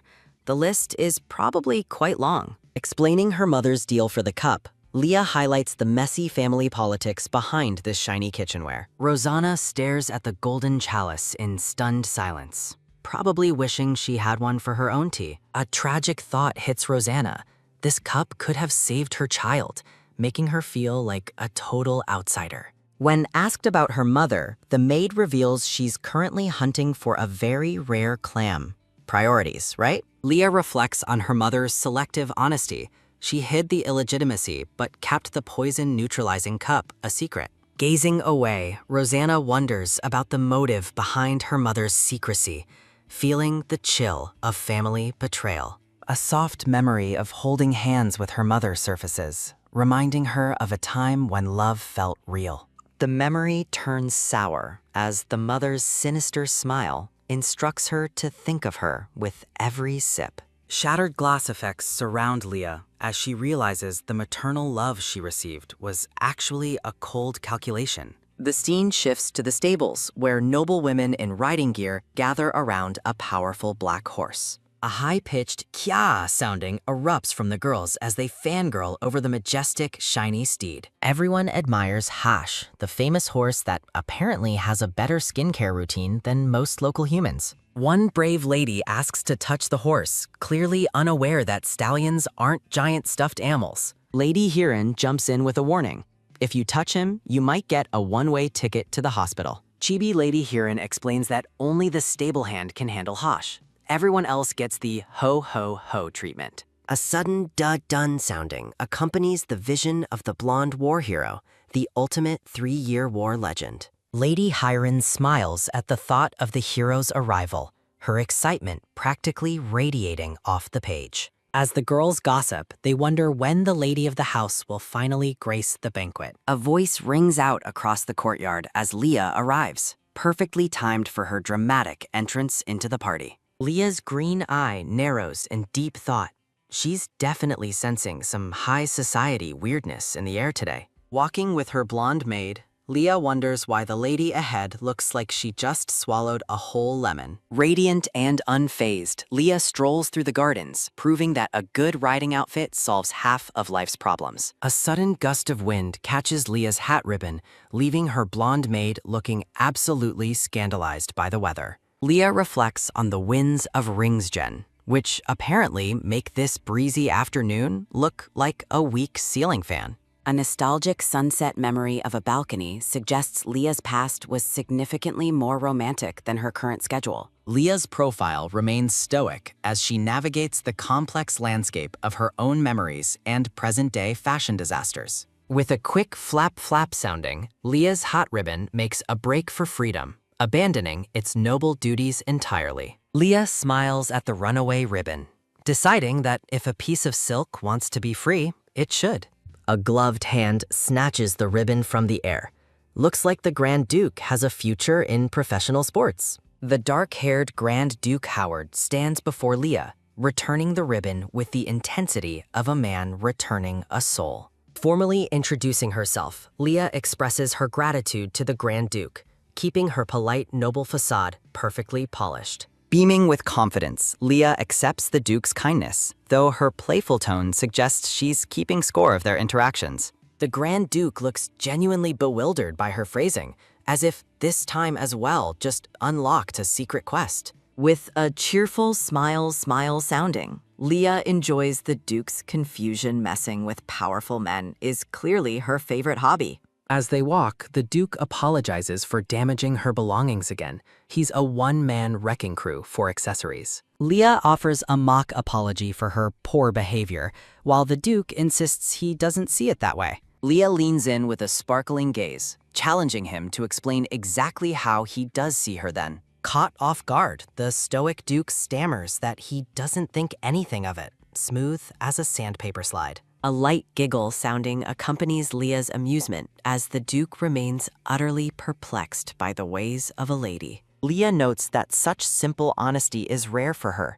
a subtle hint that her life is 99 theater. With a polite nod sounding, they continue their stroll through the birch forest, a scenic spot for awkward tension. The Grand Duke watches her closely, his expression a mix of duty and a growing intrigue he didn't plan for. Leah casually drops the news that her father will choose her husband, reminding him her romantic life is a transaction. Internally, Leah scoffs at her father's supposed love, knowing she's nothing more than a shiny tool in his shed.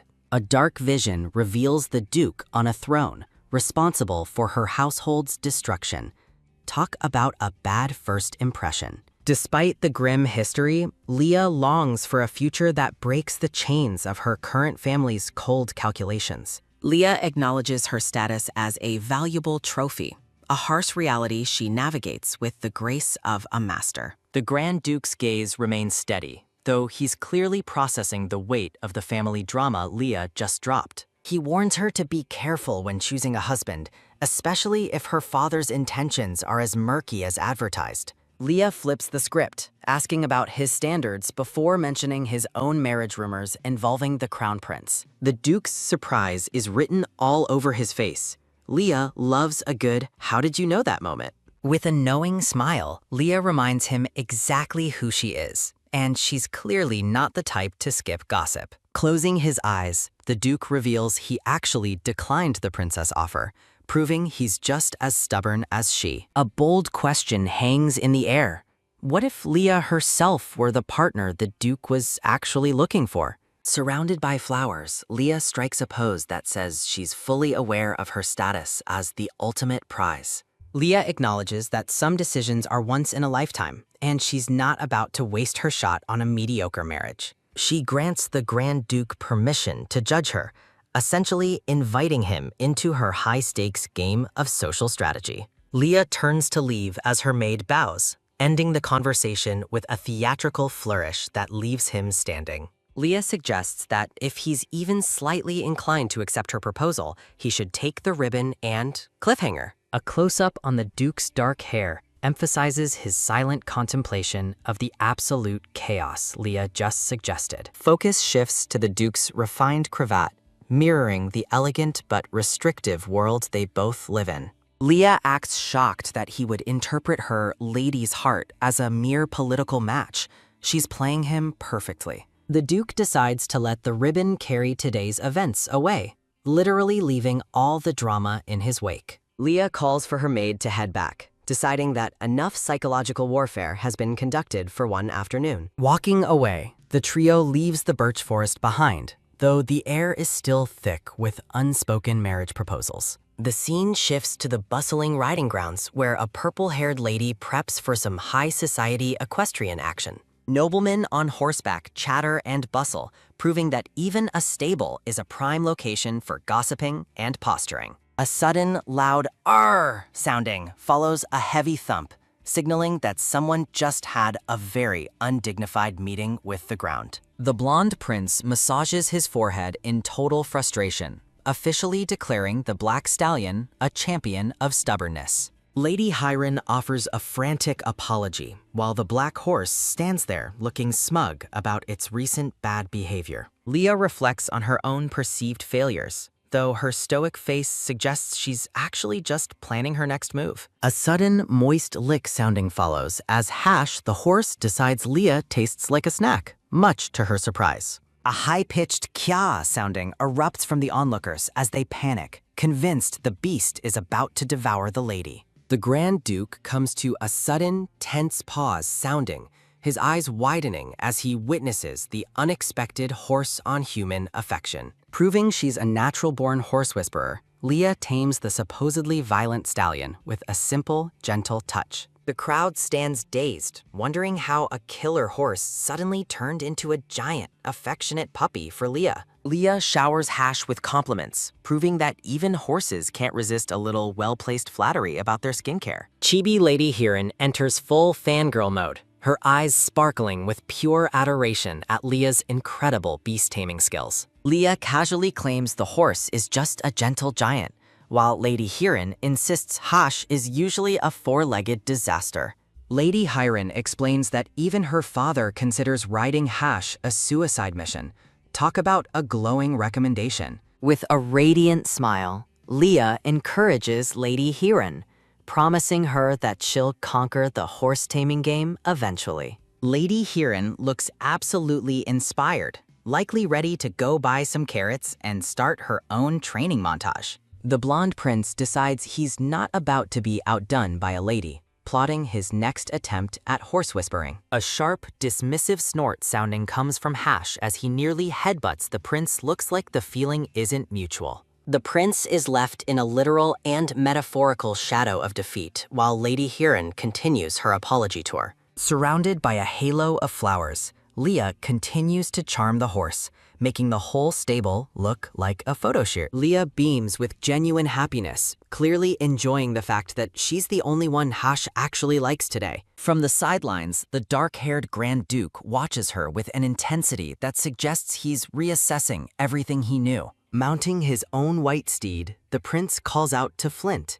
eager to outrun the embarrassment of his recent rejection. The scenery shifts to a lush canopy of green trees, providing a peaceful transition for the high society horse drama. The Grand Duke's broad back is a picture of stoic mystery as he prepares to follow the prince's lead. Golden sunlight filters through the birch leaves, casting a dreamy glow over the estate's expensive-looking greenery. A rhythmic, steady clip-clop sounding echoes through the air as the horses finally get to do what they do best. Riding with effortless grace, the Grand Duke looks like he belongs on a royal postage stamp or a romance novel cover. The scene shifts to a fancy garden pavilion where the ladies are busy practicing the noble art of tea and gossip. Leah and Lady Heron share a quiet moment at the table, probably discussing which nobleman has the worst haircut. Laughing softly, Leah looks like she's actually having a good time for once. Being a socialite isn't all work.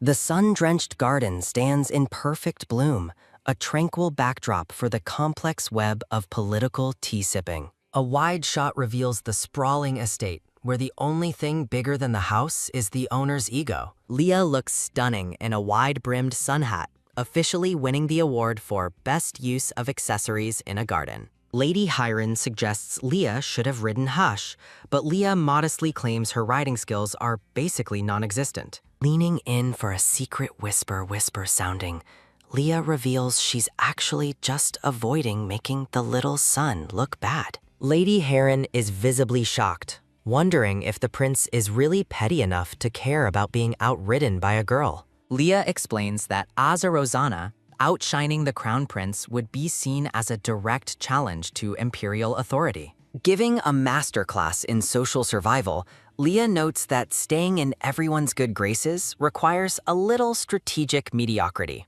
Lady Heron looks deeply impressed by Leah's tactical mind, realizing there's a lot more to her than just horse taming. Hiron tries to apologize for a past incident, but Leah shuts it down. She has bigger fish to fry than old apologies. Leah directs Heron to apologize to the crown prince instead, subtly shifting the social burden onto someone else. Overjoyed by the advice, Lady Hiron glows with gratitude, happy to have a clear path back to the prince's favor. With a sudden, energetic dash sounding, Lady Hiron sprints away, leaving Leah standing alone in the middle of the path. Leah stands dazed with a tea party invitation in hand, realizing her friend just set a new record for the 100-meter dash. Looking down at her boots, Leah decides the invitation will just have to be delivered by the medieval version of snail mail. A sudden pause sounding hits Leah as she senses an presence behind her time for another dramatic encounter. Leah executes a sharp turn, sounding, and comes to a full stop as she finds the Grand Duke blocking her path. The air crackles with tension as Leah and the Duke lock eyes,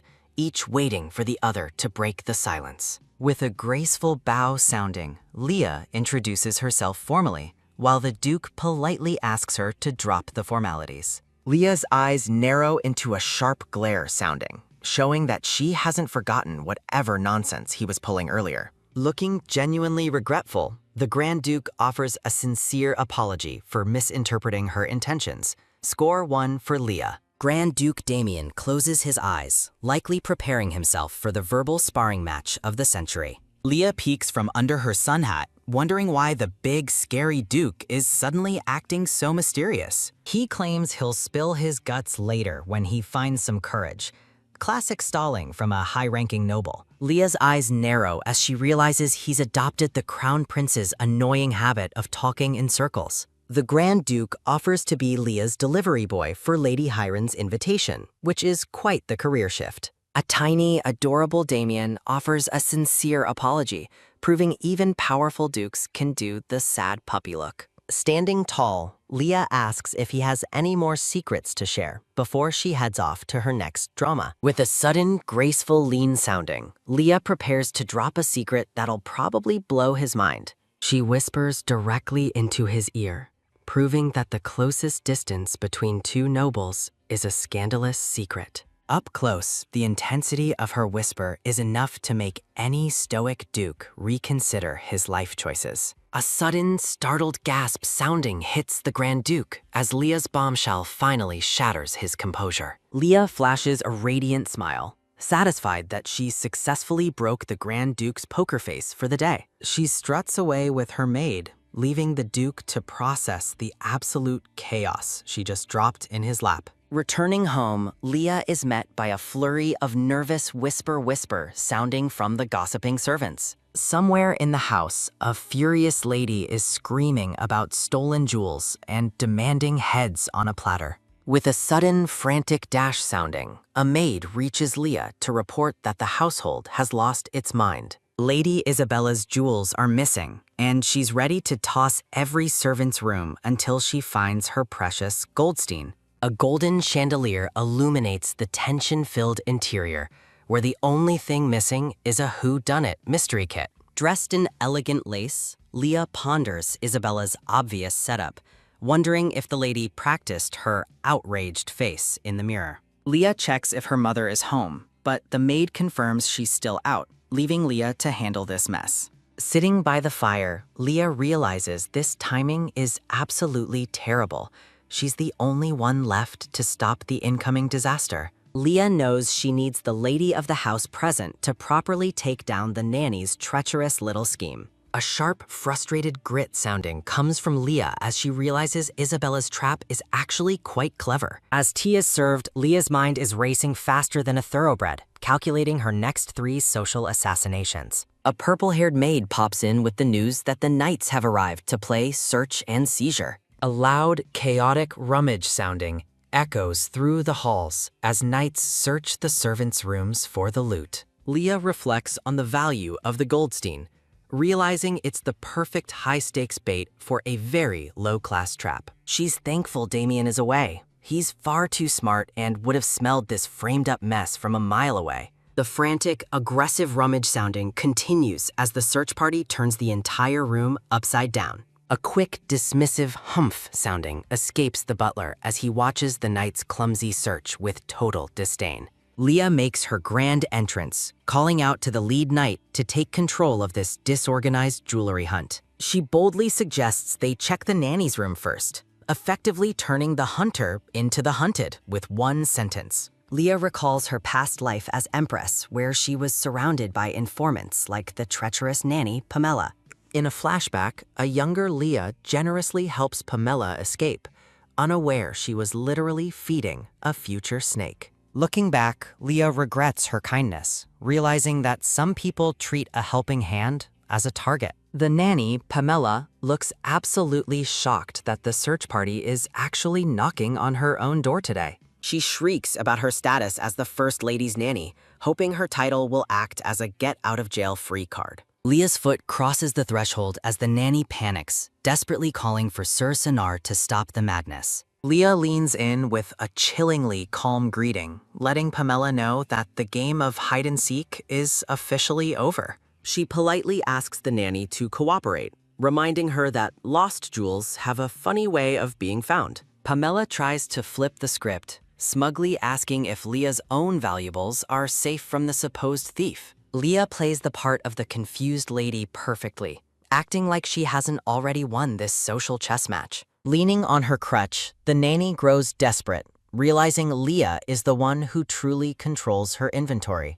Internally, Pamela fests with rage, wishing she could make the knights vanish before they find her secret stash. Enveloped in a sinister red glow, the nanny stands defiant, unaware her career is currently on life support. A vision of a younger Leah flashes by, a reminder of the innocent girl the nanny once manipulated so easily. The memory of a simpler time glows brightly, contrasting sharply with the cold, calculating reality Leah now inhabits. Pamela sits on her bed, clutching her crutch and swearing she's innocent while the knights move in for the kill. She tells them to search all they want, confident that her hiding spot is better than their detecting skills. A dark shadow falls over a heavy chest as Leah prepares to fix the nanny's impudent habits once and for all. The knight shouts that he's found a gold cup, leaving Isabella and Eliano looking absolutely floored by the discovery. Isabella charges into the room like a jewelry-obsessed bull, demanding to know where her precious Goldstein is hiding. Isabella's face is the definition of unfiltered joy, looking like she just won the lottery and found a sandwich. Holding the cup like a trophy, Isabella's white-gloved hand sparkles under the weight of her favorite golden prize. A wide shot reveals a hidden treasure chest, proving that Pamela's retirement plan involved a lot of stolen goods. A chaotic tumble sounding follows as the chest spills its contents, showering the floor with coins and shiny trinkets. A quick roll sounding sends a fancy red fountain pen skidding across the floor, adding to the evidence pile. A sudden, startled gasp sounding hits the butler and maid as they realize the honest nanny is actually a thief. A sharp, loud slap sounding echoes as Isabella levels Pamela, officially revoking her Nanny of the Year status. Isabella shrieks at the cowering nanny while Pamela tries to play the innocent victim card with 0 success. The blonde maid suddenly points a finger at the nanny, claiming it's all her doing and she's being framed. She doubles down on her theatrical performance, acting more shocked than a cat in a bathtub to save herself. Crawling toward Eliano, Pamela begs for mercy, hoping she's still the same naive girl she used to manipulate. The floor is littered with coins and jewels, looking like a dragon's hoard that someone tried to hide. Eliano looks down at her hands, realizing the trap she set is working even better than she'd originally planned. With terrifyingly calm grace, Eliano tells Pamela that the nanny actually didn't steal anything of hers specifically. Pamela's face twists in shock, realizing that Eliano's mercy is actually just a different kind of execution. Screaming about her years of service, Pamela tries to guilt-trip Eliano, forgetting that the girl isn't a child anymore. Isabella jumps to Eliano's defense, telling the nanny to stop acting like raising a royal was a volunteer job. Pointing a stern finger, Isabella reminds Pamela that she failed to even treat Eliano when the girl was hurt. Servants start to whisper sounding in the darkness, realizing Pamela's reputation is currently burning to the ground. A sudden, agonizing R sounding erupts from Pamela as the weight of her failures finally crushes her spirit. Pamela clutches her head, screeching that Eliano will regret this, but she's just screaming into a void now. Hissing like a cornered snake, Pamela claims she can't be driven away because she knows Eliano's deepest secrets. Pamela brags about being there for Eliana's birth, while the young lady stands in the shadows, looking dangerous. A sudden, violent grab sounding hits as Eliano catches Pamela by the throat, ending the nanny's verbal diarrhea instantly. Isabella looks on in absolute horror as Eliano proves that chokehold is part of her noble skill set. Eliano's grip tightens as Pamela lets out a pained sounding, realizing she poked the wrong sleeping dragon. In a dark memory, Eliano reflects on how Pamela was the first person to steal everything from her. A vision of her past reveals that Pamela's greed literally cost Eliano her life in a previous existence. Eliana's gaze is ice cold as she regrets not letting her husband finish off the treacherous nanny long ago. Pamela can only manage a weak, trembling sounding as Eliano's hand squeezes the life out of her. With a sudden, forceful kick sounding, Eliano tosses the nanny aside like a piece of yesterday's trash. Isabella rushes to Eliano's side while a knight orders the vile nanny to be tied up for her crimes. Standing tall, Eliano declares she'll be the one to decide the punishment, and her face says zero mercy. Eliano notes that she might have been lenient if Pamela wasn't such a shameless, vicious liar. Eliano drops the hammer with a cold command to cut Pamela's right hand, leaving the nanny paralyzed. She repeats the brutal sentence, making it clear that the nanny's thieving days are officially and painfully over. Turning to the head butler, Eliano asks if he's deaf, forcing him to stutter his terrified agreement. Pamela lets out a desperate wait sounding, looking like she just realized she isn't in a fairy tale. Isabella calls out to young Master Damien as the Duke finally makes his perfectly timed dramatic entrance. Eliano's eye narrows as she senses the presence of the one man who might actually complicate her revenge. Damien appears in a flurry of roses, looking like he just stepped off the world's most expensive runway. Pamela begs Damien for help, claiming she's innocent while the knights keep her pinned to the floor. With a sudden, smooth lean sounding, Damien moves in close, radiating a cold energy that shuts everyone up. Eliano watches Damien intently, wondering why he's holding a quill pen instead of a sword or shield. Damien looks directly at Eliano, telling her she's wrong, which is a bold move given the current tension. With a graceful whish sounding, Damien reveals that Pamela actually did steal something very important from Eliano. A sudden, sharp tip sounding occurs as Damien spills the final piece of evidence from a small pouch. A frantic roll sounding follows as golden pocket watches scatter across the floor, sealing Pamela's fate. Eliano stares at the scattered watches, confused as to why Damien claims her father's property belongs to her. Damien leans in, questioning if the brown-haired lady truly believes cutting off a hand is a sufficient penalty. Asserting her authority as the elder sibling, Eliano demands respect and the right to pass final judgment on Pamela. Damien's gaze turns sharp as he notes the nanny's dangerous knowledge, realizing the stakes are much higher than theft. Exceeding Eliano's cruelty, Damien commands the knights to gag the noisy nanny before severing her right hand and tongue.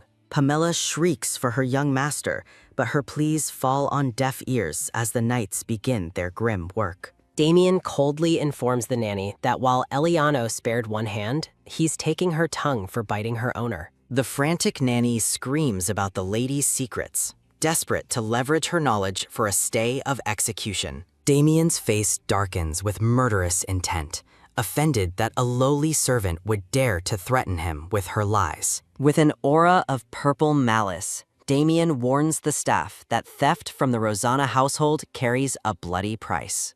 A heavy, gleaming axe is raised with a sharp whish sounding, signaling the end of the nanny's thieving luck. The blade descends through the air with a violent voom sounding, cutting through the silence of the tense room. A brutal, crimson splash accompanies a loud chop sounding, marking the exact moment justice, or perhaps just vengeance, is served. Blood spatters the walls as a pained scream rings out, forcing the horrified servants to look away in absolute terror. Aliano stands motionless, listening to the muffled, agonizing gurgles as the nanny begs for a mercy that isn't coming. Amidst the off-screen screams, Eliano's heart goes badoom sounding as she clenches her hands, processing the brutal display. A final, heavy drip sounding falls from the nanny's bloodied mouth as her eyes roll back in sheer agony. Pamela's body hits the floor with a hollow flop sounding, leaving Isabella and the maids paralyzed by the carnage. A gruesome close-up reveals the aftermath of the sentence, with fresh blood pooling around the severed remains on the floor. Overcome by the grisly sight, Isabella begins to stagger sounding, her face turning as white as her lace trim. The world spins for the young lady until a heavy thump sounding echoes, marking her sudden collapse into unconsciousness. Maids scramble in a panic, calling for Lady Isabella to wake up as the room descends into further chaos. One maid laments their decision to stay as they support the fainted lady, while the air remains thick with blood. Damien rubs his temples, regretting that he didn't clear the room of his sisters before starting the messy execution. Eliano turns to leave with a steady step sounding, drawing a confused glance from Damien as she walks away. The nanny lies in a pool of her own failure, looking more like a discarded rug than a high-ranking servant. With a quick, disdainful tap sounding, Eliano nudges the nanny's leg to see if any spark of life remains. The butler shakily confirms that Pamela's heart is still beating, much to the cold disappointment of the brown-haired lady. Eliano closes her eyes, musing that taking a life is apparently more difficult than she had originally anticipated. She instructs a maid named Miller to drag the broken nanny to her room for treatment, extending a cold mercy. Looking around with disgust, Eliano orders the servants to dispose of the severed parts and clean the unpleasant mess. As the lady departs, Damien watches her back, perhaps realizing his sister is far more formidable than he imagined. The scene shifts to a sprawling, sun-drenched estate, where the architecture is as grand as the secrets it hides. Inside a bright office, a dark-haired man named Flint sits at a massive desk, diligently working through stacks of paperwork. Piles of documents glitter in the sunlight, representing the endless administrative burden of managing a powerful, wealthy household. Rich red wine is poured into a glass as a blonde visitor complains about being tired of the current situation.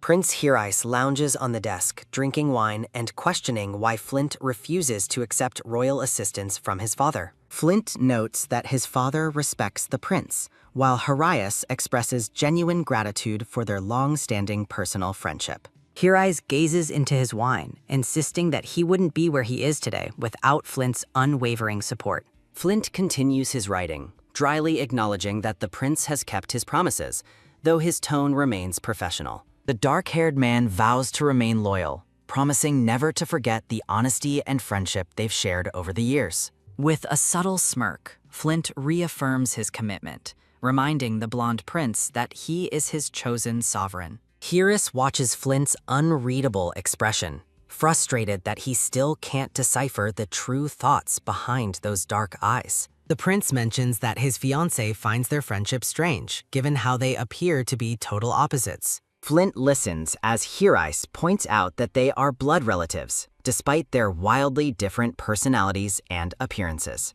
A portrait of the past shows a bearded king and his queen cradling a golden-haired infant under a royal arch. The king lifts the laughing baby toward the light, celebrating the birth of a future heir with immense pride. Narration explains that Hirais grew into a capable crown prince, possessing social skills that far outweighed his royal arrogance. However, his path to the throne grew unstable after he arrived at Ringsgen as a representative of the Vianteka Empire. The flashback ends with Hirais pinned against a stone wall, looking absolutely terrified as his royal world begins to crumble. Amidst the smoldering wreckage of a brutal battle, Hirais slumps against a ruined wall, looking like he's seen a few too many ghosts. Flint Howard stands over a defeated foe in the burning village, proving that he's much better at swordplay than he is at gardening. A close-up of Flint Howard reveals a man who looks coolly unfazed by the literal inferno raging behind him.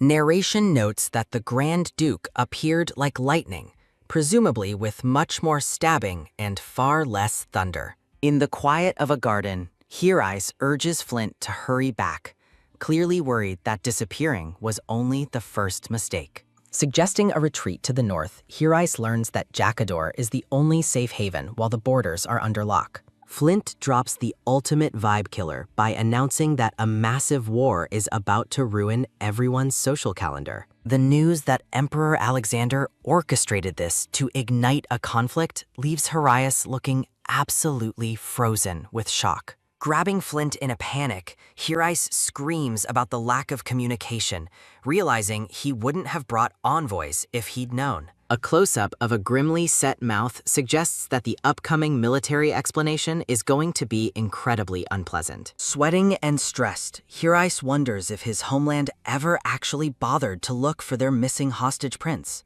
For the first time, a terrifying, burning rage ignites in Flint's eyes, signaling that the nice guy act is officially over. Inside a dark manor, the group gathers under the moonlight, acknowledging that Vianteka has officially swiped left on them. A subordinate shouts that the Emperor is practically handing them a chance for revenge, and he's clearly ready to take it.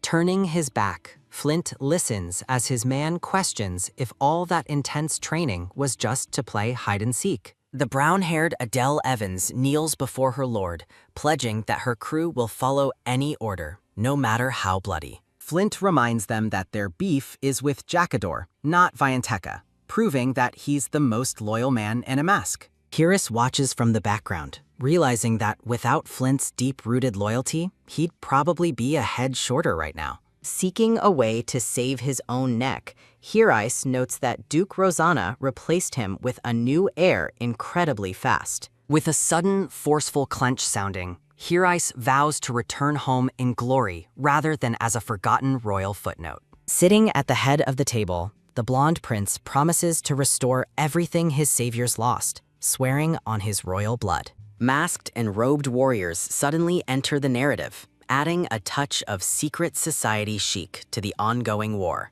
These black warriors move through the battlefield like shadows, turning the tide for Vianteka when things look most hopeless. The robed trio plans a heist to release prisoners and burn storehouses, proving that arson is a team-building exercise. With a violent crimson splash sounding, Flint orders his men to eradicate any plunders, regardless of which flag they fly. Civilians cry tears of joy as the black warriors rescue them, proving that wearing a mask doesn't make you a villain.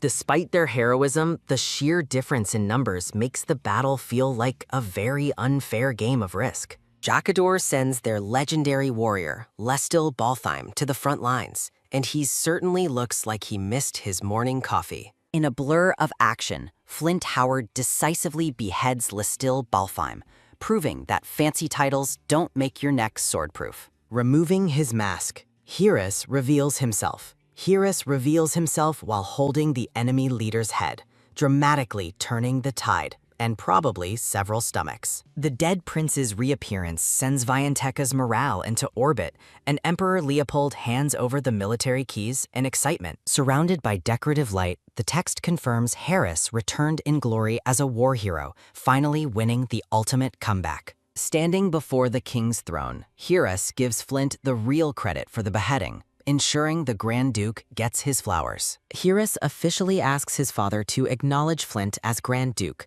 planning to keep him by his side for safety. Emperor Leopold looks on with a satisfied smirk, clearly happy to have a new legendary swordswinger on the payroll. The king proclaims Flint the sovereign of the North, gifting him enough land and gold to make a dragon jealous. Kneeling in the throne room, Flint accepts the honors, though he looks like he'd rather be literally anywhere else. Despite becoming a national hero, Grand Duke Howard spends most of his time hiding in his icy northern castle. Back in the capital, Hirice asks Flint if he's really heading back to the north, clearly missing his favorite brooding buddy. With a cool profile, Flint simply states that the North is his place, showing zero interest in fancy capital parties. A sudden, sharp knock-knock sounding interrupts Hirus as he complains about the capital ladies being unable to sway Flint's heart. Adele Evans marches in with a skyscraper-sized stack of books, telling the prince to quit pestering Flint and find a wife. In a moment of chibi humor, Hirus suggests that Adele should just marry Flint herself, sparking a very tired reaction. Adele shuts that down instantly, claiming her only ambition is to find a beautiful man to kidnap and take north. Mentioning that her current man would cry blood if he heard this, the chibi prince laughs while a subordinate looks distraught. Switching gears, Flint asks Adele about the claims that Shari has found a new territory, getting back to business. With a steady step sounding, Adele moves away, guessing that the enemies might have just given up on the north entirely. A soft creak sounding follows as Hirus suggests bolstering the frontier troops, just in case the giving up is a lie. A sharp clack sounding rings out as Flint and Adele hover over their desk, deep in strategic administrative boredom. Adele looks back with a curious expression, questioning what will happen if the son decides to play matchmaker for the prince. Flint Howard shuts down marriage talk immediately,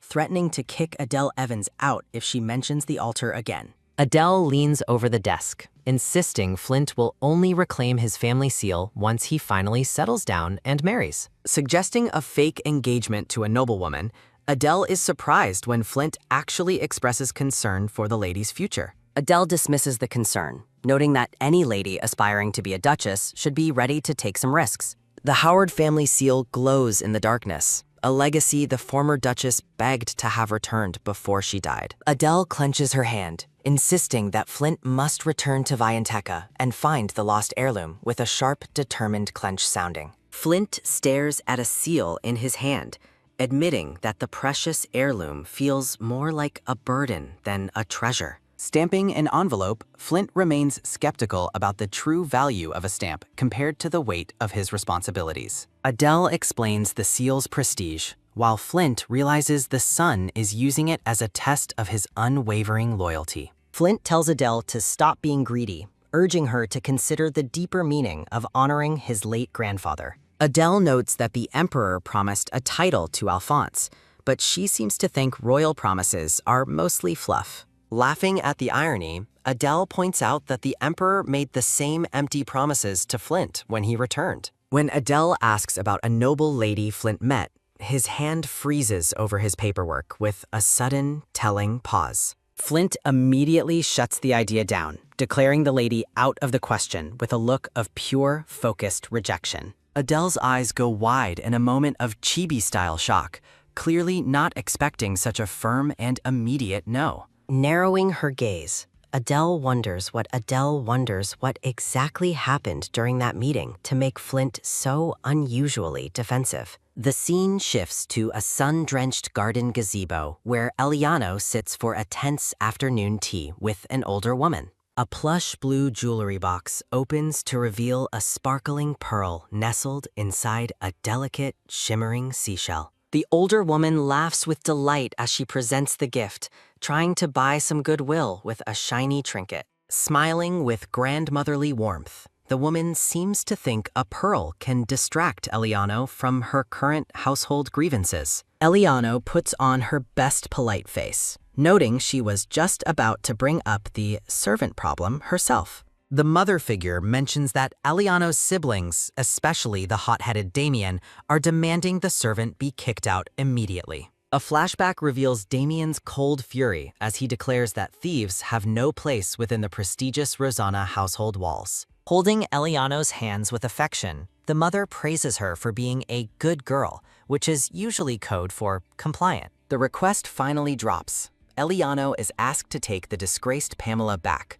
turning the tea party incredibly awkward. Shock turns to outrage as Eliano shouts in disbelief, her refusal sharp enough to cut through the garden's peaceful atmosphere. The mother is taken aback by the outburst, reminding Eliano that Pamela was the one who practically raised her. Her eyes narrowing with icy intensity, Eliano questions if her mother truly understands the magnitude of the nanny's betrayal. The older woman's confidence wavers with a sudden, visible flinch sounding as she realizes Eliano isn't playing along anymore. Looking troubled, the mother wonders what to do with the poor thing, clearly struggling with her own misplaced sense of pity. With a sharp, tactical smile, Eliano suggests that her mother should be the one to host the traitorous servant instead. Eliano agrees to the plan with a sweet, deceptive grin, proving she's the undisputed heavyweight champion of family mind games. Dismissing her daughter with a tired sigh, the mother needs a moment alone to process her failing social engineering skills. The scene transitions to a grand, empty palace hallway where the golden sunlight highlights the silence of the estate. Back in her private room, Eliano sinks into a chair with a heavy, exhausted plop sounding after the verbal fencing match. She muses that while she couldn't eliminate Pamela entirely, she's certainly not finished with her revenge tour just yet. A memory shows Pamela standing behind the former Duchess, a shadow that has haunted Eliana's life for far too long. Thinking the Duchess would have handled the trash herself, Eliano is interrupted by a maid announcing her arrival. A purple-haired maid with freckles offers Milani tea, hoping to soothe the lady's clearly agitated royal nerves. Eliano accepts the offer with a look of deep suspicion, as if she expects the tea to bite back. As the maid pours, she comments on the floral fragrance, unaware she's being watched like a suspected assassin. Eliano remembers someone else making the same comment about this tea, and her paranoia starts working overtime. Her voice turns cold as she demands a silver stick, deciding it's time for a quick, high-stakes chemistry test. The maid hands over the stick, likely wondering if Eliano is planning to stir the tea or start a duel. The stick enters the brew with a quick, testing splosh, sounding while Eliano waits for the metal to react to poison. The liquid remains clear, and a heavy, tense, silent sounding fills the room as the tea passes the safety inspection. Realizing the brew isn't lethal, Eliano scoffs at the thought that someone might actually have a lingering affection for her. A maid named Miller identifies herself at the door, prompting Eliano to grant her permission to enter the inner sanctum. Ordering the rest of the staff to leave, Eliano watches as they offer a quick, synchronized bow before departing. The lead maid steps forward with a firm, professional clack sounding, ready to receive her lady's next set of ruthless orders. Eliano asks the maid if she investigated the request, looking for juicy intel or just a really good tea recipe. Miller confirms the mission is accomplished, while Eliano orders her to keep things quieter than a library during finals week. A secretive, soft whisper sounding passes between the two as Miller delivers the top secret results directly to Eliano's ear. When Eliano asks about Aster, Miller explains that the shop is apparently too high maintenance to accept simple mailed commissions. Eliano cuts the explanation short with a sharp dismissal, having heard quite enough about the florist's inconvenient business model. Taking matters into her own hands, Eliano decides to handle the rest herself, likely planning some direct floral intervention. Eliano reminds the maid that her official story is just being a curious lady sharing travel tips.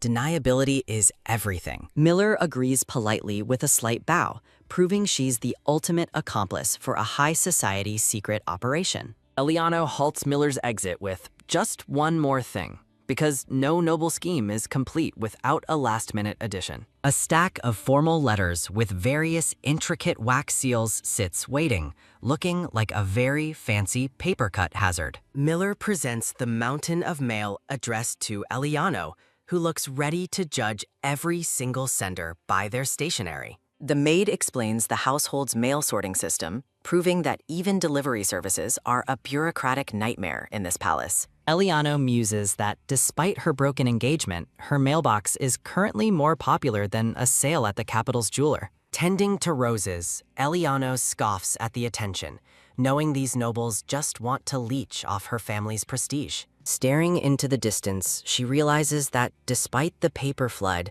she hasn't received a single actual love letter yet. A dark memory reveals someone intercepting her mail, a lingering shadow from Pamela's past attempts to control her social life. Back in the present, Eliano stands over the pile of letters, ready to sort the legitimate invites from the trash. She looks down at the table with focused intensity, probably wondering if any of these envelopes contain a plot twist. Her heart gives a sudden, quick but dumb sounding as she considers opening a letter that feels unusually heavy with significance. Eliano hovers near the mirror with 2 envelopes, caught in a moment of high-stakes indecision over which seal to break first. Her fingers highlight a specific envelope, likely the one that doesn't smell like desperate noblemen trying to marry into money. With a dismissive gesture, Eliano tells Miller to tie up the leftovers and store them away for a rainy day. The sun sets over the grand, silent palace,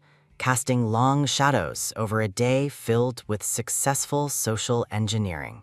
A close-up reveals Eliano sitting in her nightgown, clutching a secret letter like it's a map to a hidden treasure. A sudden, sharp rattle sounding echoes as Eliano pulls open a drawer to retrieve a carefully stashed, high-priority envelope. Releasing a soft, relieved pew sounding, Eliano finally opens the letter she's been agonizing over since the sun went down. The text reveals an invitation from Flint Howard to a capital banquet, proving the Grand Duke actually has social batteries. A sudden, hot flush sounding rushes to Eliano's face as she realizes her love letter was just a formal invite. With a frustrated, heavy smack sounding, Eliano slams the drawer shut, cursing the waste of perfectly good, expensive parchment. Turning away, Eliano questions if she totally misread Flint's interest or if he's just the king of mixed signals. She remembers Flint's cold apology for misinterpreting her intentions, a memory that still stings more than a corset too tight. While Flint looks broodingly handsome in her mind, a chibi Eliano screams in total frustration over his confusing, stoic behavior.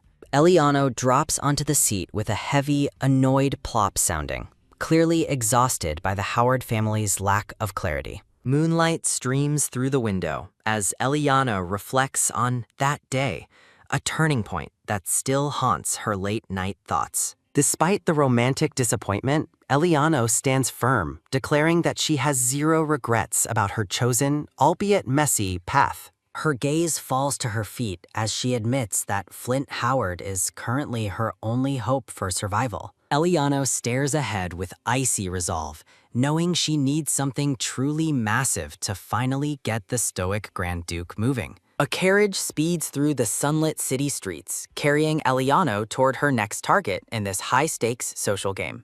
A rhythmic rattling sounding accompanies Eliano as she complains about how hard it is to leave the house without permission. Her companions look on while Eliano thinks about needing an excuse better than "I just felt like looking at flowers." A sudden realization strikes Eliano, her eyes widening in a close-up as she processes some new, potentially explosive social intel. Stepping out of the carriage, Eliano orders her staff to stay put while she handles some very private floral business. The sign for Aster hangs overhead, confirming Eliano has reached the specific shop she needs to find a madame's gift. A vibrant pot of flowers greets the noble lady as a cheerful voice rings out to welcome her into the shop. The shopkeeper beams with a bright, enthusiastic smile, clearly thrilled to have such a high-status customer in her floral domain. Eliano tells her 2 companions to wait right there, ensuring she has total privacy for whatever she's about to buy. Walking through the shop, the owner points out the fresh inventory, unaware she's dealing with someone who has a plan. A sudden, firm stop sounding interrupts the shopkeeper's offer to get scissors, as Eliano isn't there for a DIY bouquet. With a focused, intense gaze, Eliano makes her demand crystal clear. She wants a blue aster, and nothing else will do. The shopkeeper offers a warm, knowing smile as she prepares to guide her guest further into the shop's interior. Eliano mentions the blue aster sign outside, checking if she actually reached the right location for her high-stakes floral mission. The shopkeeper confirms Eliano is in the right place and politely offers to escort her to a more private area. With a quick, sharp glance sounding, Eliano scans her surroundings to ensure no unwanted eyes are tracking her suspicious movements. Thinking to herself, Eliano realizes her companions must remain completely oblivious to the true, secretive nature of her floral business. A heavy wooden door stands as the final threshold between the public storefront and the shop's much more mysterious interior. Eliano follows the shopkeeper into a stunning, sun-drenched conservatory filled with vibrant greenery and a heavy air of hidden secrets. A sudden, sharp jingle sounding rings out as a hand pulls a rope to signal the noble lady's arrival. The rhythmic jingle sounding echoes through the glass room while the shopkeeper leads a curious Eliano deeper into the estate. A hooded figure in a purple cloak approaches with a heavy, purposeful flap sounding, bringing an immediate sense of mystery. Eliano's eyes widen in surprise as she comes face to face with the enigmatic contact she's been searching for all along. Meanwhile, Lavender and Jane enjoy tea in the sunlit garden, completely unaware of the intense drama unfolding inside the shop. Lavender pauses mid-sip with a sudden, soft ah sounding, her instincts finally starting to prickle with a strange, nervous energy. Bolting upright with a sudden, energetic spring sounding, Lavender insists they must follow Eliano immediately, despite Jane's visible confusion. Looking frantic, Lavender warns that they have no idea what could be happening to their lady behind those closed doors. Jane tries to stay calm, but a tiny chibi Lavender screams about her being a total fool for just sitting there. Pointing toward the door, Lavender dramatically suggests that Eliano might be meeting a secret lover in the shop's depths. At chibi, Jane freezes in total shock, her mind failing to process the scandalous possibility that Lavender just shouted aloud. A handsome florist interrupts, calmly telling the maids there's no reason to worry about their lady's private floral consultation. He beams with a radiant, charming smile while explaining that a trusted female employee is currently taking care of Eliano. Dazzled by his beauty, the two maids respond with a synchronized, high-pitched beam sounding, their suspicions instantly melting away. The charming man offers to make a flower ring for them, leaving Lavender blushing harder than the roses nearby. Gently taking her hand, the florist promises the floral accessory will look stunning on a lovely girl like Miss Lavender. While Jane smiles contentedly, a chibi Lavender floats through the air in a state of pure, romantic floral bliss. Inside the private study, the hooded figure guides Eliano into the heart of the guild's top-secret operations room. Eliano stands ready to negotiate, her composed demeanor masking the quiet desperation of her search for a lost magical item. The red-haired man identifies Eliano's origin as Jackador, proving his information network is as sharp as a razor. With a confident smirk, Eliano notes that most locals wouldn't be able to spot such a subtle regional difference. The man offers a discount for her flattery, while Eliano predicts that Aster will soon become a legendary guild. Eliano makes it clear she'll pay any price if he can recover the specific object she's currently hunting for. Grinning with professional interest, the man asks exactly what kind of treasure has brought a noble lady to his door. Looking him dead in the eye, Eliano reveals the target of her quest, a very specific and powerful magical object. She describes an item capable of altering hair color, asking how exactly its mysterious and elusive effect is triggered. The man's pen halts with a sudden, abrupt pause, sounding as he explains the item is activated via the ears. Looking skeptical, the red-haired agent admits he's never heard of a magical artifact functioning in such a bizarre way. Eliano insists the item was her only magical possession, making its recovery vital to her survival and high-stakes secrets. Claiming to be an ordinary person, Eliano watches as the agent records the details and asks for a description.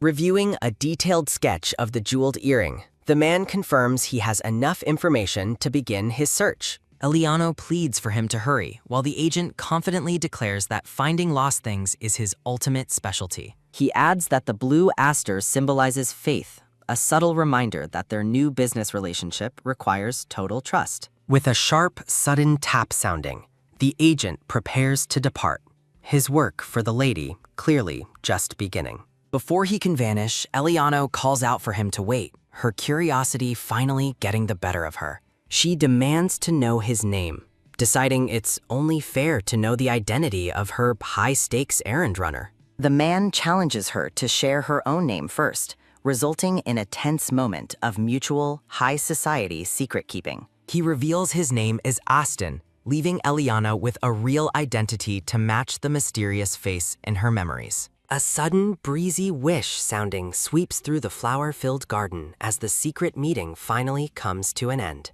Eliana watches him leave, her gaze lingering on the spot where the guild's representative just stood moments ago. A shocking realization strikes Eliana as she considers that the legendary guild leader from her past was actually a woman. She reflects on the name Aster, a guild that wielded immense influence across the entire continent in her previous life. The scene shifts as a voice mentions Eliana's close friendship with the kingdom's first prince, hinting at deeper political ties. Unexpectedly, someone calls out to the brown-haired lady, addressing her as Lady Rosanna while she explores the sun-drenched conservatory. Startled, Eliana turns with wide green eyes, her quiet floral browsing interrupted by a familiar and unexpectedly deep voice.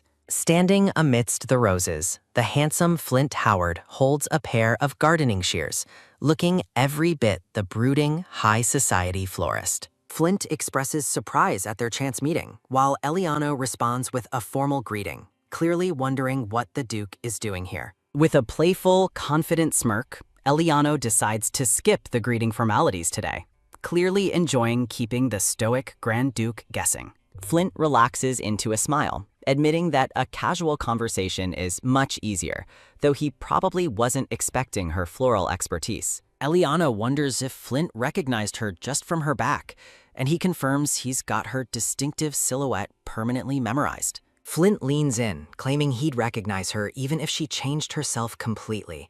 That's some top-tier, smoother-than-silk romantic talk. The sudden compliment leaves Eliana momentarily speechless, her gaze fixed on the man who is acting much less cold than usual. Looking thoughtful, Eliana realizes this meeting is definitely not going according to her carefully crafted and secretive floral plan. Eliana gestures to the sharp shears, asking if the powerful Grand Duke actually enjoys the delicate art of flower arranging. Flint explains it was his late mother's passion, a rare moment of personal vulnerability from the normally guarded Howard family leader. Eliana notes his mother must have been incredibly talented, but Flint looks slightly less than confident about his own gardening skills. A sudden, clumsy snip sounding echoes through the glass room as Flint admits he definitely didn't inherit his mother's green thumb touch. Chibi chaos erupts as several rhythmic snip and crunch soundings accompany Flint's floral massacre, leaving the poor shopkeeper in total despair. Unable to watch the botanical tragedy any longer, Eliana reaches out to rescue the remaining roses from Flint's dangerous, heavy-handed pruning. Taking the shears from his hand, Eliana prepares to show the Grand Duke how a real professional handles a bouquet. With several quick, expert snip soundings, Eliana effortlessly prunes the roses, leaving Flint looking like a bewildered and overgrown garden apprentice. Flint watches her work with focused interest, realizing it wasn't the scissors' fault. He's just much better at swords than stems. A soft, sudden pop sounding occurs as Flint stares at Eliana, his brooding demeanor replaced by genuine, quiet admiration for her skill. Eliana beams as she presents a massive rose, noting that Flint is lucky to have found such a rare, beautiful bloom. A chibi Flint looks at the cute rose, realizing that even the biggest flower looks tiny in his giant warrior hands. Business mode returns as Eliana orders 3 specific bouquets, ensuring her cover as a floral-loving noble remains perfectly intact. Flashing a bright, charming smile, Eliana mentions she has another appointment, clearly finished with this high-stakes garden party for now. Before she can vanish, Flint asks if she received the formal invitation he sent, his tone turning suddenly and intensely serious. Eliana pauses, her back to him as the atmosphere in the room becomes thick with unsaid social tensions and mystery. Turning back, Eliana delivers a verbal slap, claiming she never received any letter, leaving Flint looking absolutely shocked and dumbfounded. Flint immediately offers to send another, assuming the mailman is the villain, But Eliano isn't finished with her dramatic revelation yet. Flint is visibly confused as Eliano prepares to drop a truth bomb that will shake his very stoic, noble foundation. With a look of pure, refined sass, Eliano claims she has never, not once, received a letter from any man before. Flint's jaw practically hits the floor as he processes the scandalous idea that Eliano is apparently a total stranger to romantic mail. While noble men gossip about her pride, Flint realizes her father, the Duke, has likely been playing aggressive gatekeeper with her inbox. Eliano stands her ground, her gaze cold as she waits to see if the Grand Duke has any real social backbone. She boldly declares she only wants a man brave enough to kiss her right in front of her terrifying, overprotective father. Eliano challenges his courage, threatening to take the flower back if he can't handle her high-intensity dating standards and family drama. A sudden, tense clench sounding grips Eliana's heart as she wonders if she's misjudged the stoic Grand Duke yet again. Flint calls her by name, the tension between them reaching a breaking point amidst the sun-drenched and fragrant floral displays. With a sudden, dramatic turn sounding, Eliano snaps that the only thing she truly fears in this world is the Emperor himself. Her eyes burn with icy resolve as she utters a final never, closing the door on any more polite social small talk. Leaving Flint standing alone, Eliano sweeps out of the conservatory, her dramatic exit as sharp as her professional gardening skills. A subtle, lingering smile plays on her lips as she walks away, clearly pleased with the chaos she's just unleashed on Flint. The scene blurs as Eliano departs, leaving a stunned Flint Howard to ponder her impossible, high-stakes romantic and social demands. Flint looks back with a brooding, intense gaze, his mind likely spinning over the no-mail mystery and her bold challenge. A red-haired man named Aston pulls back his purple hood, appearing from the shadows of the flower shop with mysterious intent. Aston delivers a message from Ringskin, the legendary old guildmaster, signaling that the real underground business has officially begun. In a chibi conversation, Aston explains that the old boss is happily counting down the days until his long-awaited, peaceful retirement. Beaming with ambition, Aston declares that he'll soon inherit the entire guild's massive and influential network of secrets and power. A slow, thoughtful nod sounding follows as Flint processes this news, his expression remaining as unreadable as a locked palace vault. Aston notes that Eliano correctly identified his regional origins, a feat that even the most seasoned spies would find incredibly difficult. Flint looks skeptical and suspicious, wondering if the noble lady made a specific, secretive request to the guild behind his back. Aston smirks while sealing the deal, promising to keep his lips locked as he prepares to exit the room. While walking away, Flint Howard questions their former partnership, but Aston reminds him he's no longer in the guild. A sudden, loud bang sounding interrupts their walk as a frantic man bursts in, shouting for Aston's immediate attention. The brown-haired man screams about an emergency, claiming they've just received the most unpleasant visitor in the entire shop.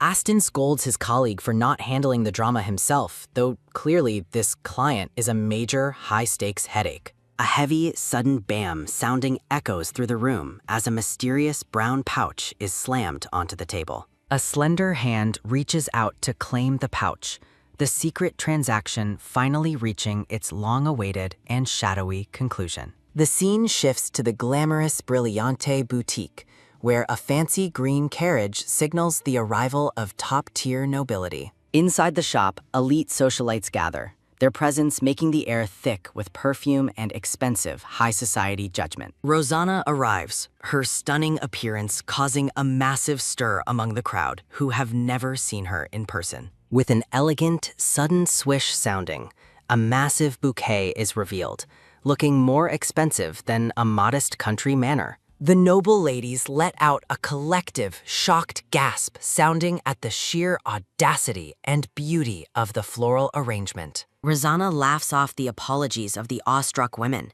clearly winning the local best-dressed and best-smelling competition today. Commanding the room, Rosanna orders new garments, trusting the bowing staff to maintain her reputation for truly impeccable style. A blonde attendant leads Rosanna toward the private noble's room, past mannequins that are arguably much better dressed than most. A mysterious, long-haired woman watches Rosanna with intense curiosity, looking like she's mentally calculating her exact social standing. Rosanna pauses as the stranger addresses her, the air between them turning suddenly charged with heavy, noble intrigue. Tension builds as the two women face off, the tall newcomer approaching Rosanna with a very determined and focused expression. Bowing deeply, the woman introduces herself as Count Adele Evans, a name that certainly carries significant political weight. Rosanna recognizes the name, realizing this elegant newcomer is actually one of Flint Howard's most trusted inner circle members. In a hilarious chibi stare-down, while our Hirina wonders what this intense fashion detective actually wants.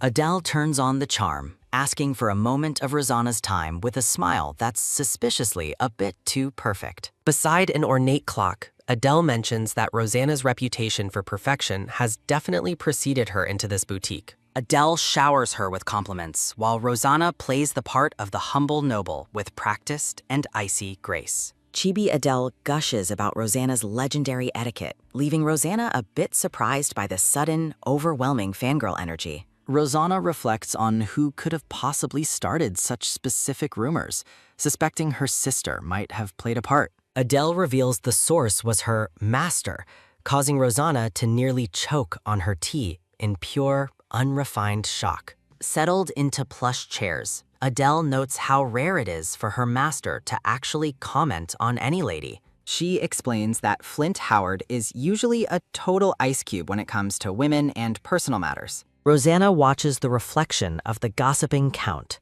wondering why the brooding duke would suddenly develop a chatty side.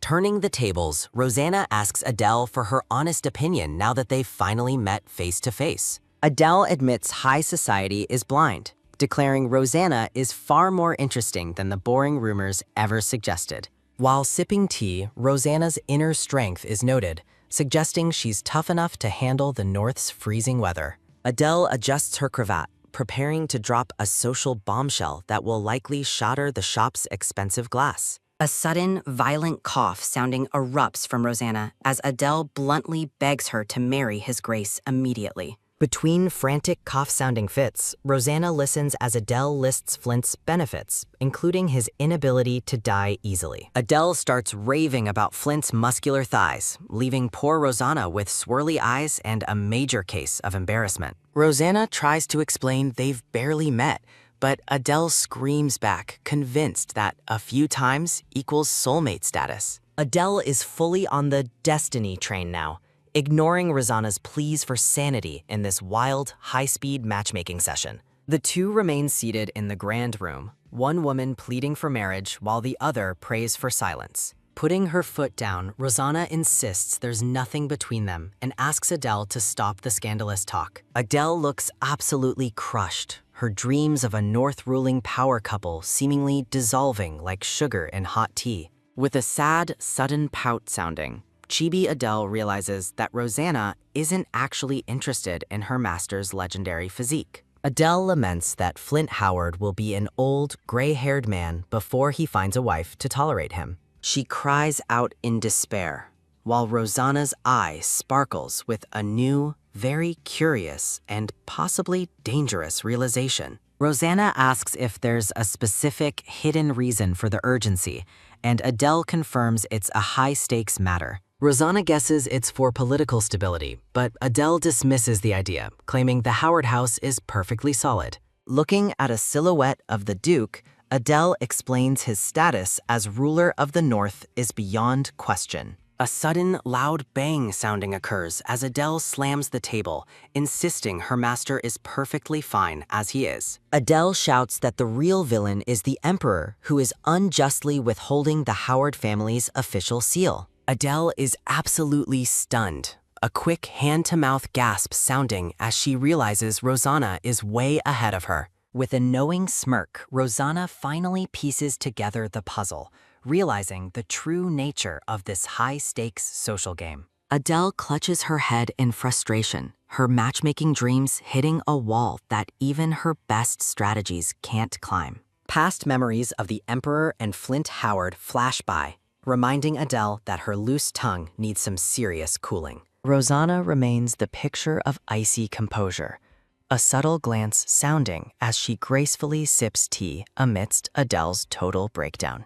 Adele insists they are fated, her voice dripping with desperation as she tries to sell the Duke as a husband. Rosanna offers a radiant, almost suspicious smile, noting that the idea of destiny doesn't actually sound that bad. The meeting concludes in the sun-drenched boutique as Rosanna politely dismisses the matchmaker, her mission here finally complete. Rosanna makes her exit, leaving a lingering impression of grace that makes even a seasoned count pause in admiration. Adele makes one final pathetic plea, genuinely baffled that any woman could resist her master's legendary Northern Tier charms. Closing the conversation with a blindingly perfect smile, Rosanna leaves the boutique's heavy drama behind without looking back once. With a final icy farewell, Rosanna makes it clear that she only talks to people who actually interest her. The narrative shifts to the Howard family legacy, where a fierce wolf crest symbolizes a history of imperial land grabbing. A young Howard ancestor receives a mysterious box, a weight of responsibility settling on his shoulders like heavy armor. The legendary Howard seal remains a cold, snowy symbol of Northern dominance and the Emperor's begrudging, official recognition. Rosanna contemplates the seal's deeper meaning, realizing this political token is actually a deeply personal and stolen family heirloom. She watches Flint from afar, sensing that his stoic flower arranging is just a cover for his deep parental grief. Back at the manor, a servant announces that Lavender has arrived, shifting the atmosphere from politics to domestic discipline. Rosanna's voice is cold as she commands the newcomer to enter, her expression hidden by a curtain of hair. Lavender, the maid, drops to her knees on the ornate carpet, looking like she's expecting a very bad performance review. Crossing her arms, Rosanna demands to know if Lavender understands exactly why she's in the hot seat right now. A towering stack of sealed letters sits on the desk, representing every secret Lavender has been withholding from her lady. Lavender stammers an excuse about sorting the mail, her freckled face pale as she realizes her double agent career is over. A sudden, violent splash sounding erupts as Rosanna hurls her tea right into the face of the terrified, shrieking spy. Rosanna's gaze is predatory as she asks if Lavender really thought her amateur espionage would go unnoticed in this house. Tea drips sounding from Lavender's face, as Rosanna lists her crimes, including the creepy habit of staring during bath time. Rosanna calls out the maid's betrayal, knowing Lavender has been reporting every single move to the overprotective Duke. Collapsing in total despair, Lavender begs for mercy while Rosanna looks down at her with the warmth of a glacier. The maid cries that she was only following the Duke's orders, fearing for her life if she ever disobeyed him. Rosanna feigns understanding, acknowledging that her father is indeed a terrifying man to work for, especially for a maid.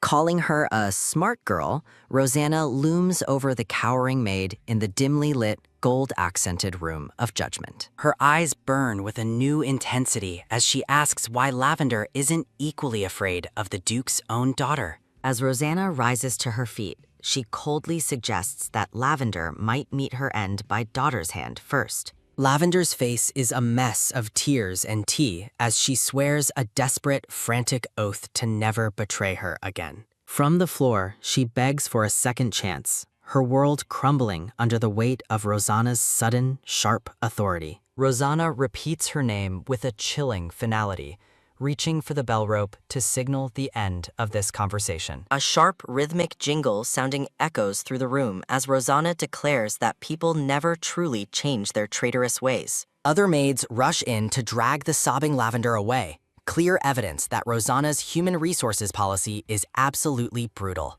Rosanna orders her to wait for punishment, her profile showing no trace of empathy for the disgraced departing servant. She offers a final, cruel piece of advice.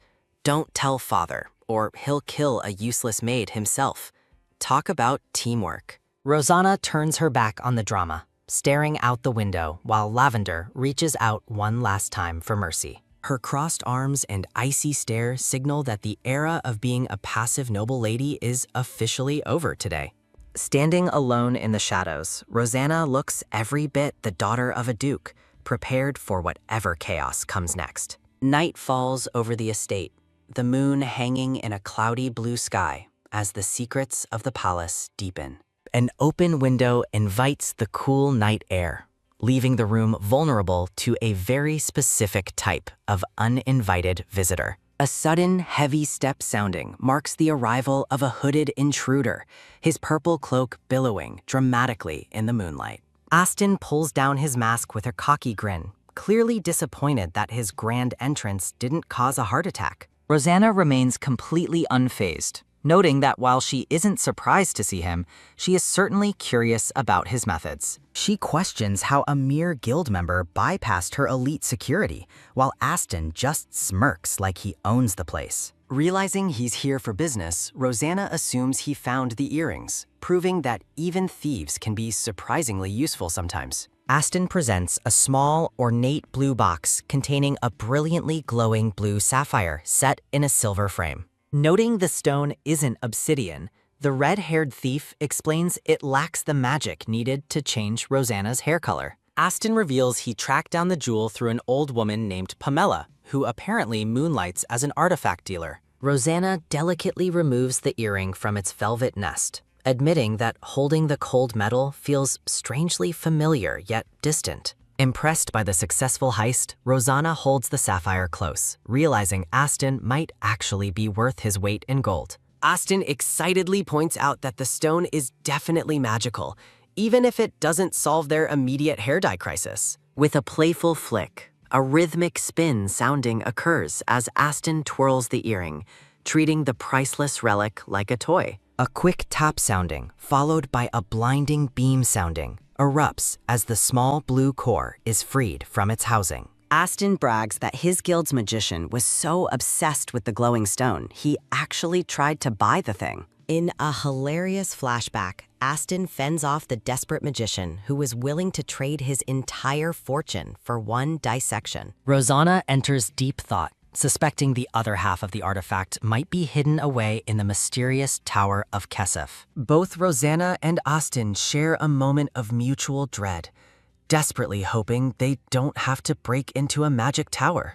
Aston's eyes widen in realization, his mind racing through his mental inventory of stolen goods and guild secrets to help her. Shifting gears, Aston hands over a dark, elegant floral hair accessory, adding another layer to Rosanna's growing collection of secret tools. He advises that if she can't reach the flower shop, she should contact a specific servant named Billy for express delivery. Rosanna examines the black floral pen, her sharp gaze suggesting she sees more than just jewelry in this latest gift. Without a proper goodbye, a sudden jump sounding marks Aston's dramatic exit through the window into the cool night air. Rosanna reveals the pin's true purpose. It's a hidden blade, proving that fashion is much more fun when it's lethal. The scene shifts to the blonde Prince Hararice, who is laughing about a grand banquet intended to find a lucky bride. Here Eyes poses dramatically, announcing that any lady wishing to become the next Grand Duchess of the Howard House is welcome. High society is in an absolute tizzy, with ladies whispering excitedly while Rosanna's sister remains the calm center of the storm. The dark-haired lady looks absolutely insulted, wondering how Hyrus had the audacity to invite her to a glorified matchmaking event. Elsewhere, the white-haired emperor is in a full-blown rage, screaming about foreign bastards setting foot on his precious imperial land. Pointing a trembling finger, the emperor commands Flint Howard to go on a killing spree, much to everyone's total shock. An official frantically begs for calm, reminding the emperor that there's a Prince of Jakador among the diplomats they're targeting. A violent bang sounding echoes as the emperor slams the table, furious that they forgot the assassination attempt on Prince Harius. Standing tall and menacing, the emperor's fury is palpable as he looms over the table, demanding immediate and bloody satisfaction. Hirice joins the shouting match, pointing a finger at the council and calling them traitors for even considering a diplomatic sellout. The emperor looks genuinely confused as Hirice offers to handle the score with Jakador himself. Talk about a royal temper tantrum. Hirice continues his unhinged rant about tearing limbs apart until the emperor finally decides he's heard enough of the melodrama. A weary phew sounding escapes the man in green as he reminds the young prince to actually act like a sovereign. Massaging his temples, the emperor begrudgingly agrees to listen to what the lowly envoys from Jakador have to say first. Clasping his hands, the emperor notes that even sworn enemies must play nice if a demon invasion is truly on the horizon. Ever the loyal soldier, Flint Howard bows low, accepting the imperial decree with his trademarked brooding and stoic silence. Sunlight pours through the grand cathedral windows as a soft voice calls out to Flint, breaking the heavy silence of the hall. Looking quite miserable, Hirice admits he's ashamed for dragging his friend back into the meat grinder of another war. Walking away without looking back, Flint simply states that he is a man of duty, bound by His Majesty's orders. Hirice watches the Duke depart, the weight of their shared history hanging in the air like a thick, depressing fog.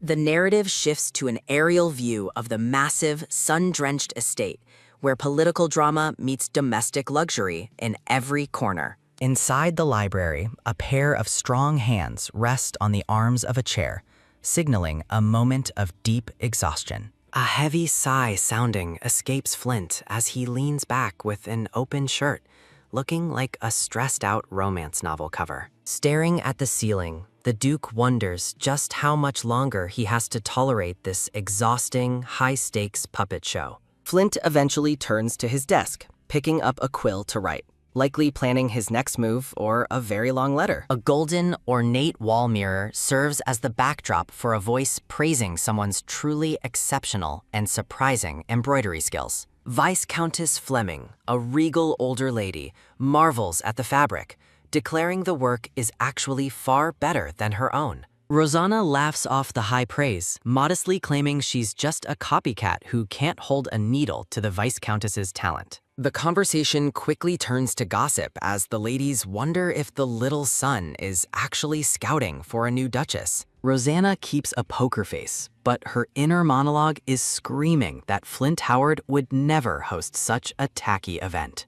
A sharp halt sounding occurs as Rosanna stops in her tracks, her keen senses detecting something or someone out of place. Prince Hirice reappears with a blindingly cheerful smile, promising to share the official banquet date as soon as it's finally settled. A fork delivers a sharp, fruit-piercing stab sounding as Rosanna vents her culinary frustrations on a harmless snack. Rosanna is absolutely offended that Flint Howard would invite her to what is essentially a royal The Bachelor event. Surrounded by the fires of her own indignation, Rosanna wonders if Flint just sees her as another shiny trophy. Between a rhythmic munch-munch sounding, she vows to show him that she's the only one fit for the job. A crisp, double step-step sounding announces a visitor from Ringskin, interrupting the Duke's brooding session in his study. A sudden, violent burst sounding echoes as the dark-haired Duke Flint Howard throws open the doors, looking completely panicked.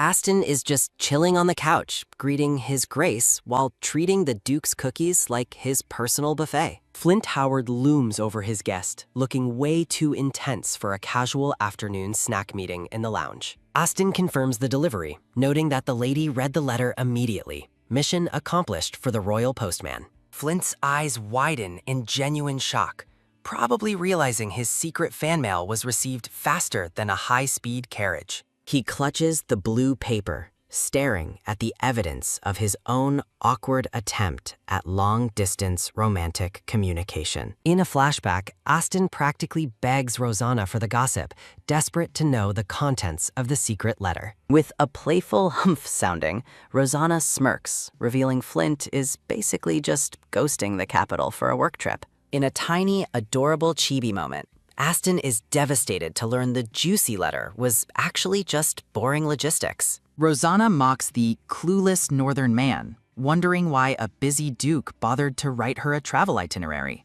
Back in reality, Flint is crushed when Aston confirms that yes, the travel schedule was indeed the entire letter. Flint Howard experiences a total emotional droop sounding, while Aston offers a judgmental tisk-tisk sounding over a cookie. Aston suggests Flint should have just gifted the earring and taken the credit. Honesty is great, but romance is better. Flint Howard stubbornly insists on following Rosanna's rules, respecting her desire to keep the Magic Guild commission a secret. Aston roasts him for secretly reading the contract, causing the stoic Duke to lose his cool in a shouting match. Blushing like a schoolboy, Flint offers a formal apology for his rude curiosity. Someone's got a major crush on his client. Between a quick nom-nom sounding, Aston realizes Flint is way more interested in Rosanna than he's letting on. Aston suspects the feeling isn't mutual, right before Flint Howard calls his name to get the conversation back on track. In another chibi recap, Flint Howard asks about the letter again, only to be shut down by a very annoyed Aston. A sharp final clack sounding marks Aston's dramatic exit through the massive doors, leaving the Duke to his thoughts. Outside the room, Aston loses it, letting out a wild ha-ha-ha sounding at the expense of Flint's disastrous love life. Flint Howard paces the library with a nervous tap-tap sounding, worrying that Rosanna's father is blocking his moves. Chibi Flint Howard worries he's seen as too likely to die at war to be a stable husband. What a buzzkill. A rhythmic knock-knock sounding breaks his spiraling thoughts just as he wonders if Rosanna shares his marriage anxieties. Flint turns sharply as a servant mentions Count Evans, his mind immediately leaping to Adele with hope and confusion. On his desk sits a small box as the servant emphasizes the urgency of this uninvited visitor's arrival. Inside the box lies a breathtaking butterfly accessory, glittering with enough jewels to buy a small duchy. Flint Howard looks completely baffled, staring at the gift like it's a bomb instead of a very expensive hairpiece. He walks into a tea party, utterly confused by the sight of Rosanna and a mysterious lady sharing snacks. Rosanna looks like a literal angel as Jane the maid welcomes the Duke to their impromptu garden party. 3 hours earlier, Rosanna was humming a happy sounding while getting dressed for the day's social warfare. Chibi Jane is thrilled by the mountain of jewelry, assuming her lady is dressing up for a special someone. Jane assumes they're a couple, but Rosanna insists they're just business partners. The work friends excuse of the century. Rosanna explains they're just cooperating for personal gain, but the chibi maid isn't buying this logical, non-romantic nonsense. Jane bursts into a literal fire of passion, insisting that marriage talks mean they are absolutely destined for each other. A maid swoons over the secret romance while Rosanna stares into the middle distance, rethinking her hiring choices. Jane leans in with a serious gaze, revealing the shocking truth that the Duke actually tried to recruit her. Standing firm, Jane declares she won't follow the Duke's orders, choosing loyalty to her lady over royal commands. Kneeling in a dramatic show of devotion, Jane begs for Rosanna to finally find her own freedom and happiness. The task is finally done as Jane reveals the blue sapphire earring,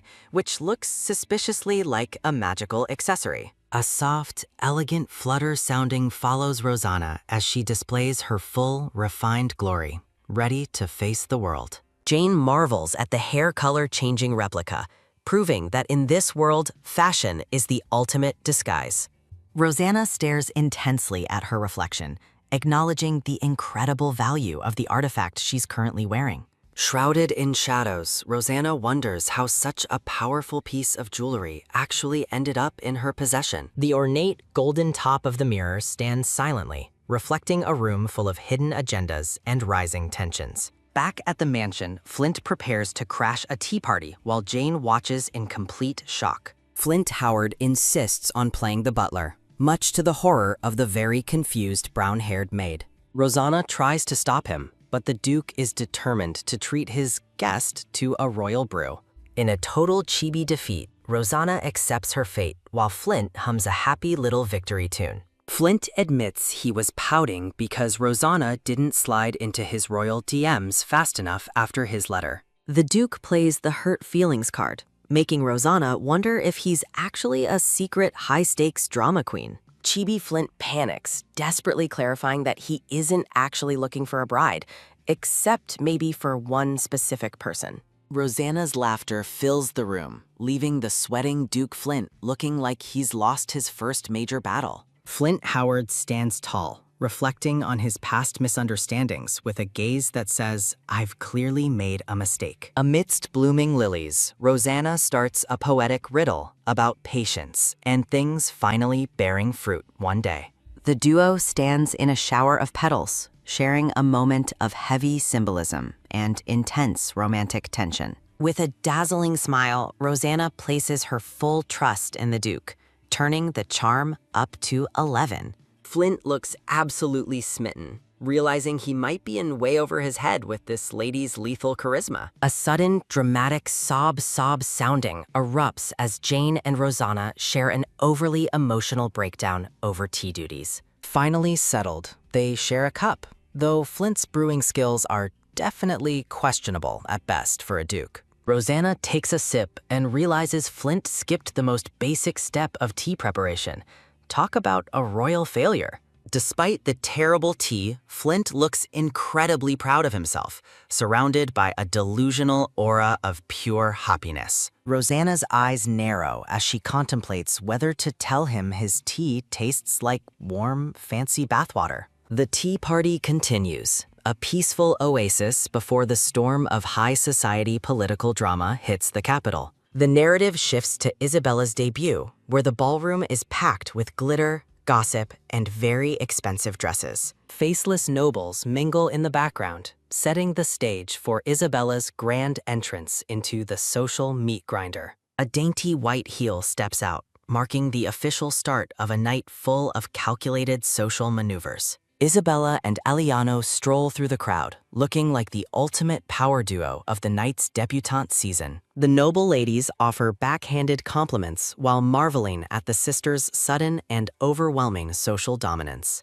A proud mother hides her face behind a fan, soaking up the praise like a sponge in a dress. The ladies watch the sisters walk away, likely already planning how to marry into their family's rising fortune. Isabella's poker face crumbles into a hilarious scowl of pure social discomfort, the relatable queen of all introverts. Eliano laughs and reminds her that being a Rosanna means enduring the spotlight, even when it's blindingly annoying. A sudden, bold reach sounding startles Eliano as an uninvited guest tries to grab her attention mid-stride. With a sharp turn sounding, Isabella dodges the social bullet, while the mysterious man is left sweating droplets. A close-up of a sharp green eye captures a moment of sudden recognition, or perhaps deep-seated suspicion.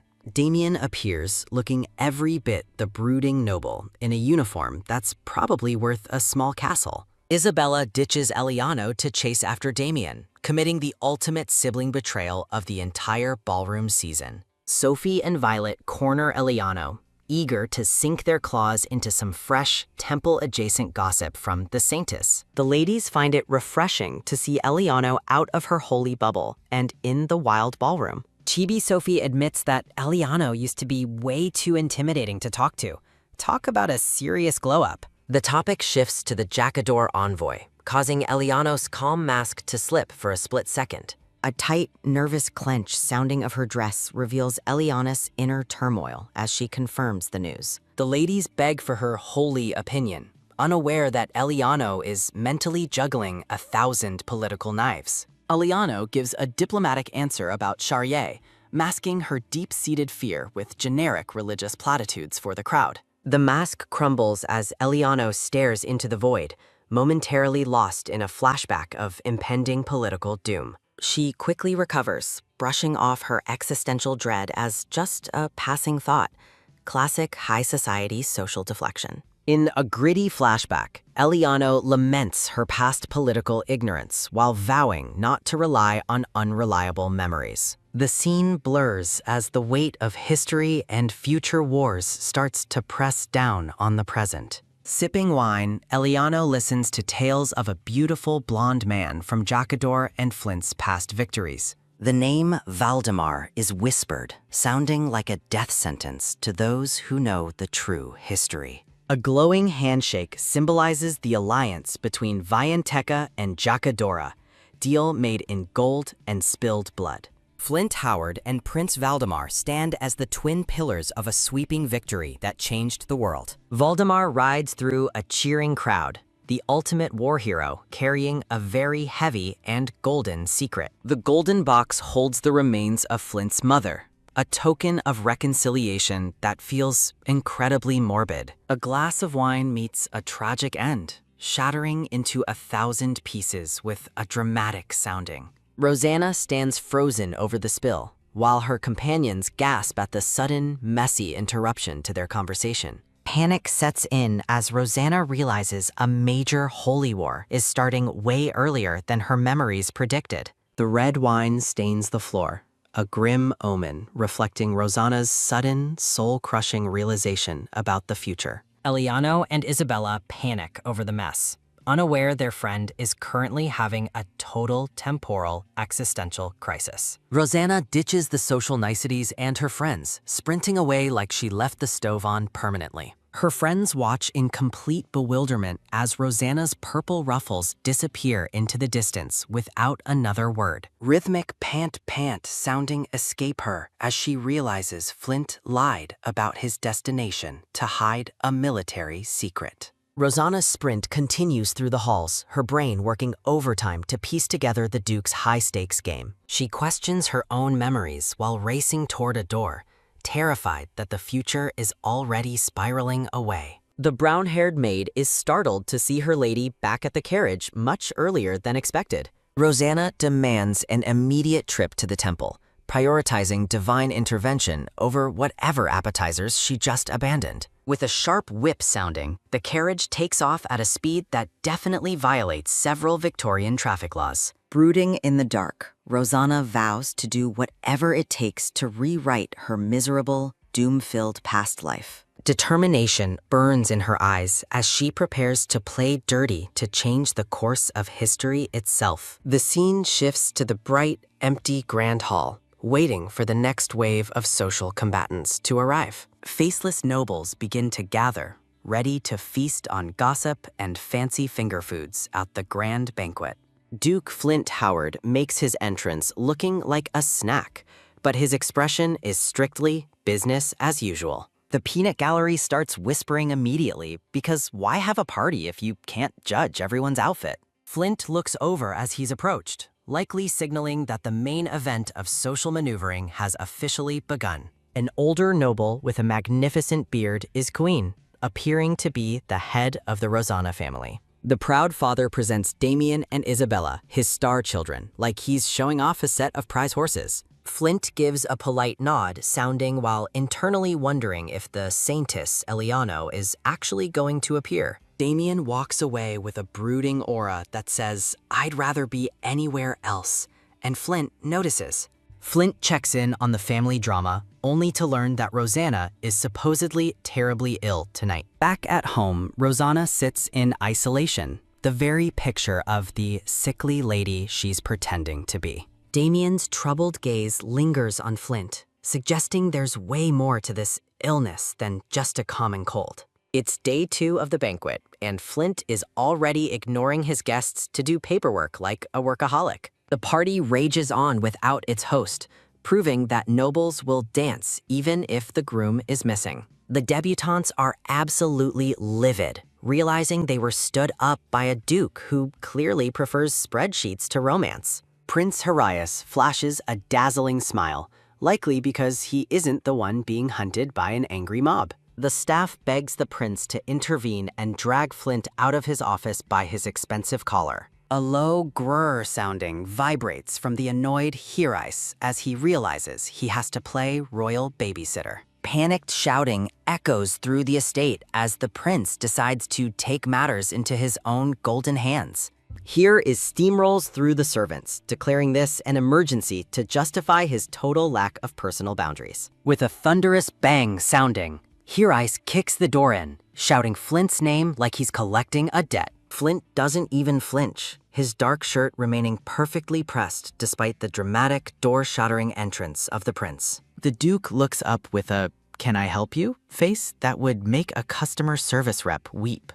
Eyes demands to know why Flint is hiding while everyone outside is waiting to marry his royal bank account. Flint interrupts the lecture with a sudden grab sounding of the prince's wrist, looking dead serious and quite desperate. Hyrus is completely bewildered, wondering if Flint finally snapped or if he just really likes his jewelry. The Duke drops the social mask, revealing he needs a huge favor, likely something that involves more military secrets. Night falls on the second day, bringing a much moodier vibe to the ongoing social circus in the capital. The brown-haired maid confirms the coast is clear, reporting that the siblings have officially left the building. Shrouded in a hood, Rosanna prepares for some light breaking and entering to finally uncover the truth. The mansion stands silent and dark, the perfect setting for a lady to do some unauthorized late-night snooping. Two shadowy figures navigate the library,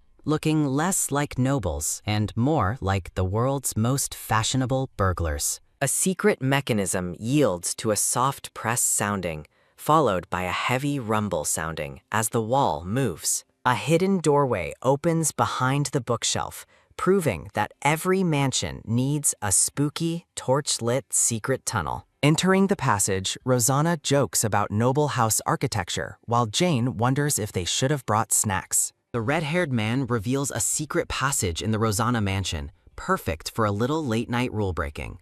He assures her that the knights won't notice a thing.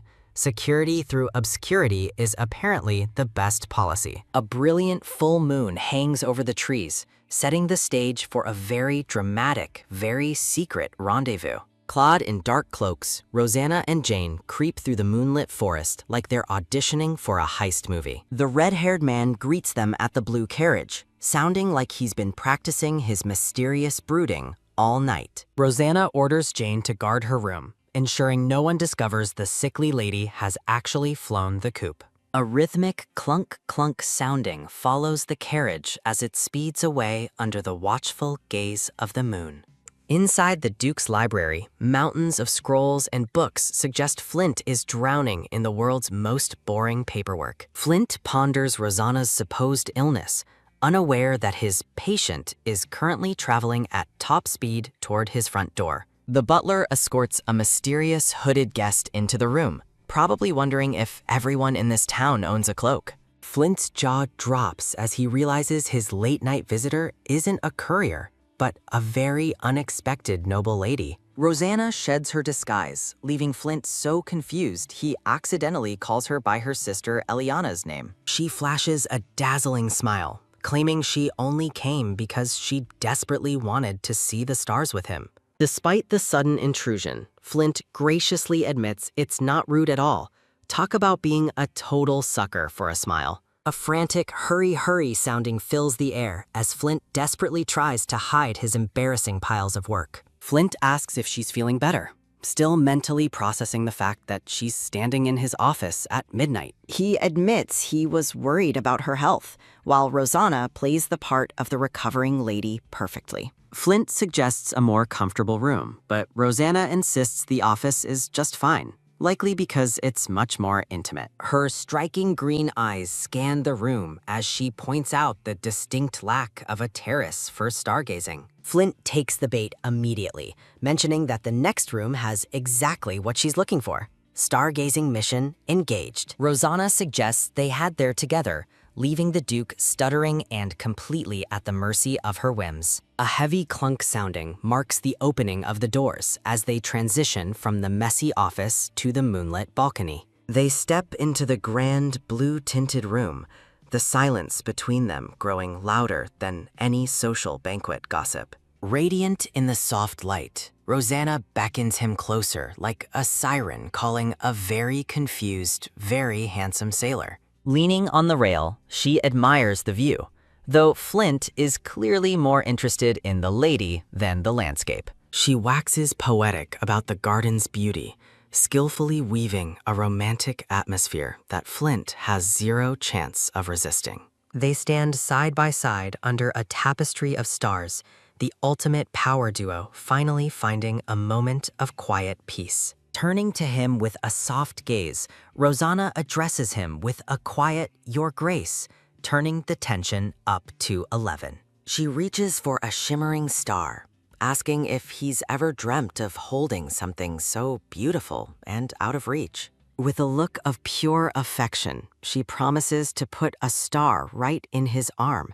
Smooth move, Rosanna. Flint stares back, his usual cool exterior melting faster than ice in a summer ballroom under her intense gaze. The distance finally vanishes as they share a passionate kiss, surrounded by the ethereal glow of moonlight and flowers. A close-up captures the heat of the moment, proving that these two are definitely more than just political allies. They embrace on the balcony, lost in a kiss that probably just rewrote several chapters of their complicated history. A sudden slip sounding echoes as her outer robe falls, leaving Flint looking like he's forgotten how to breathe. Revealed in a delicate lacy gown, Rosanna looks stunning, completely derailing Flint's train of thought and his heart rate. Flint's eyes go wide with shock, realizing the night has taken a very sudden, very scandalous turn for the better. She gives him a gentle smile, looking entirely too innocent for someone who just dropped her robe on purpose. The scene shifts to the bedroom where Flint looms over her, the tension finally reaching a dramatic breaking point. Her dark hair spills across the blue pillows as the gravity of the situation settles over the moonlit room. A heavy silence hangs between them as Flint hesitates, his internal conflict practically vibrating off the screen. With a soft turn sounding, Rosanna looks away, the romantic bubble suddenly feeling a lot more fragile and complicated. Flint pulls back and asks what's wrong, looking like a man trying to do the right thing despite himself. Rosanna demands he hold her, accusing him of shaming her if he stops now. Talk about a high-stakes emotional gamble. Flint drops a bombshell, admitting he doesn't want to hold her if it's just physical without any real feelings. Rosanna looks devastated, whispering that he doesn't love her, as the romantic evening hits a massive emotional brick wall. They sit on the bed in cold silence, the space between them feeling wider than the distance to those stars. She asks the ultimate question. If she confesses her love, will he finally pull her back into his arms? With a gentle tap sounding on his shoulder, she prepares to lay her heart bare to save the night. Looking up with a look of pure devotion, Rosanna finally says the words, "I love you, Your Grace." Hearts race as Flint and Rosanna lock eyes, the air vibrating with a heavy, rhythmic badoom sounding. The tension peaks on the bed with more intense but dumb sounding, turning the atmosphere into a romantic pressure cooker. Flint breaks the spell with a firm grab sounding of her wrist, clearly struggling to maintain his cool. With a sudden pull sounding, he brings her closer, eyes flashing with a mix of duty and desire. Flint stands to leave, prompting a desperate "Your Grace" from Rosanna as she watches her plan potentially slip away. The Duke remains firm, noting the late hour like a man who actually values his beauty sleep. He offers to escort her home, but Rosanna refuses with a sharp no that stops him in his tracks. She drops a bombshell about being sold to Jackador, proving her father's parenting skills are essentially non-existent. Flint freezes, the word sold echoing through the room as he realizes this isn't just a social call. He demands an explanation, looking like he's ready to fight her father, the Emperor, and possibly the heavens. Rosanna explains the upcoming marriage alliance, painting a grim picture of her future as a political bargaining chip. She confirms her father's greed is the driving force, making Flint realize the stakes are much higher than simple romance. Heavy tears hit the bed with a drip-drop sounding, punctuating the tragedy of her impending sale. She collapses with a soft flop sounding, looking like a discarded doll, while Flint's chivalry finally kicks in. Flint asks the million-dollar question, will marrying him save her?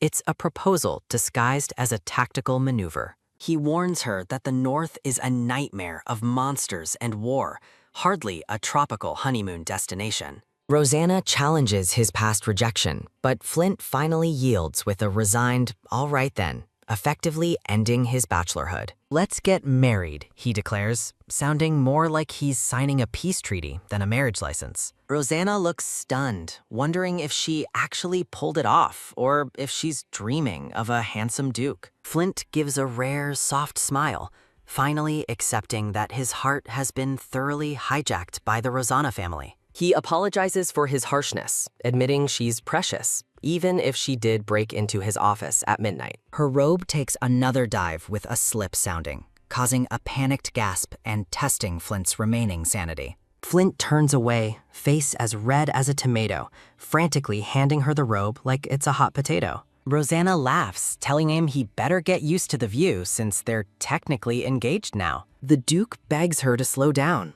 looking completely overwhelmed by his new fiancé's aggressive romantic pacing.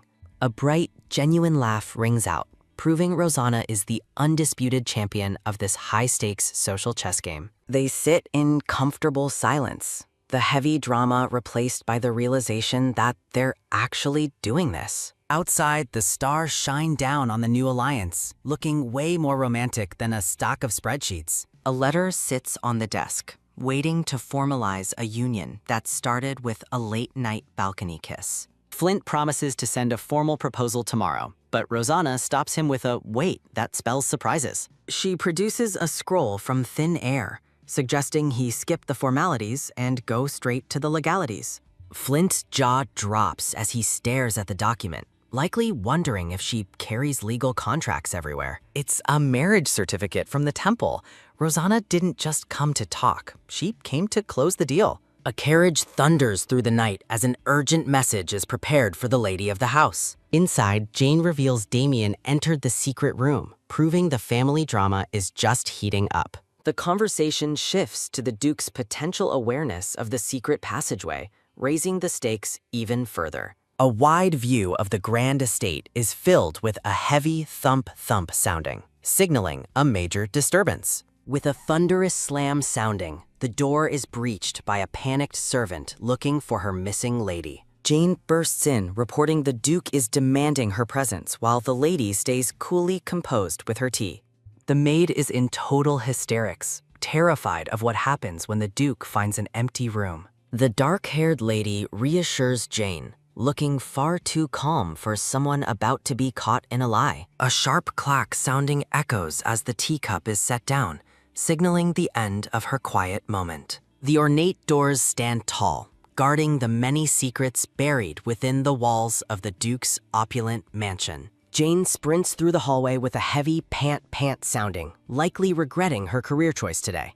More desperate pant sounding fills the air as the maid races against a very ticking clock. A hand holds a flowery ornament, issuing a command to move up the plant. About an ominous accessory. The lady stands before the massive doors, looking like she's about to walk into a final boss battle. She places a steady hand on the wood, preparing to reveal herself and face the social music. A long, slow creak sounding follows as the doors open, bathing the lady in a dramatic golden glow. She steps forward with the confidence of a woman who just won a kingdom, ready for her next act. A heavy thunk sounding marks the closing of the doors as Rosanna enters her father's lair. The goatee-wearing Duke welcomes her back with a smile that's about as genuine as a $3 bill. Rosanna looks suspicious, probably wondering if her father's sudden kindness comes with a hidden side of betrayal. He orders her to prepare for a palace visit, clearly moving his political pawns into position. In a memory, the king reveals that Jacador wants a marriage alliance, and they've requested Rosanna specifically. It's a daughter-for-daughter swap, making Rosanna the ultimate political bargaining chip for her greedy family's status. The king asks for the Duke's cooperation, essentially putting a price tag on his own daughter's future. The Duke's greed wins as the king offers to return the gemstone mines in exchange for Rosanna. He gleefully tells Rosanna she's becoming a princess, ignoring the unwilling captive part of the job description. Hearts race with a frantic thump-thump sounding as Rosanna realizes she's being sold for shiny rocks. She panics, knowing her secret plans with Aston are about to be completely derailed by this move. Rosanna flatly refuses, realizing her loving father is actually just a high-end human trafficker in fancy clothes. She declares her defiance, standing her ground against the man who's ready to trade her for a mine. A tense, heavy silence hangs in the air as the two face off in the grand room. The Duke pretends he misheard her because surely no daughter of his would choose freedom over gems. He looms over her, asking if his precious Leah is actually planning a rebellion against his absolute authority. Rosanna grits her teeth, the emotional pressure in the room reaching a literal and metaphorical breaking point. She begs him to respect her wishes as his daughter, a classic appeal to his non-existent soul. A dark smirk sounding plays on his lips, signaling that the nice part of the conversation is over. He coldly informs her that her consent was never required, and he'll force her to comply. Rosanna realizes that no amount of logic will stop a man fueled by gemstone-induced greed and ego. She drops the ultimate bombshell, claiming she has already promised herself to the powerful Grand Duke Howard. She stands firm, telling her father that the obedient bride-to-be he wanted is officially out of stock. Outside, desperate cries for help cut through the air as a maid tries to reach the Duke. Flint asks why it's so noisy, only to find Rosanna's maid causing a total scene at the entrance.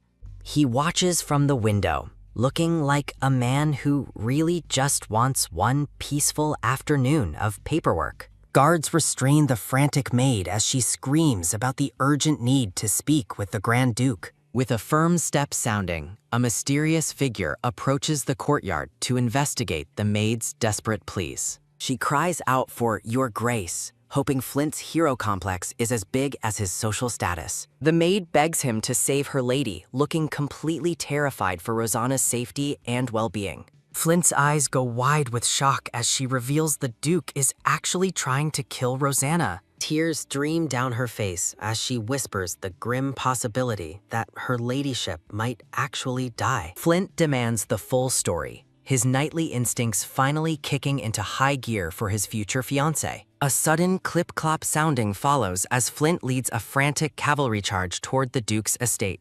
They race through the forest, proving that Flint's cool exterior is no match for Rosanna-related emergencies. He grits his teeth, likely wishing he had proposed before her father turned into a total villain. The horses gallop with more clip-clop sounding, the urgency of the rescue mission practically radiating from them. At the gates, a guard tries to block them, citing the lack of a proper appointment for invasion. A terrified eek sounding escapes the guard as a very sharp sword is placed near his neck. A knight identifies their leader as the Grand Duke, effectively ending the debate over entry requirements. A terrifying whish sounding fills the room as a whip is swung with absolutely lethal intent. Repeated whip sounding punctuates the Duke's brutal attack on Rosanna for ruining his gemstone mining dreams. Rosanna lies bleeding on the floor, a soft droop sounding marking her loss of consciousness from the pain.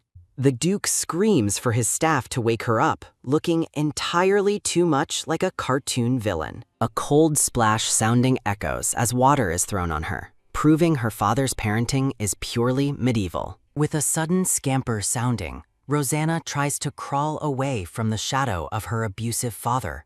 A sharp whish sounding marks another strike as the Duke prepares to whip his own daughter again. Another girl screams in terror, begging her father to stop the senseless violence against her sister. With a loud whish sounding, she throws herself in front of Rosanna to act as a human shield. She begs for mercy, promising to do anything if he just stops the brutal assault on her sister. The Duke loses his mind, screaming for everyone to move as his gemstone-fueled greed turns into pure, unadulterated rage. The dark-haired sister stands in total shock, realizing her father's parenting style has officially transitioned into full-blown villainy. She looks down at the bleeding sister on the floor, wondering how their family life turned into a torture session. Eliano screams at the Duke, demanding to know how a father could ever commit such a brutal betrayal against his own.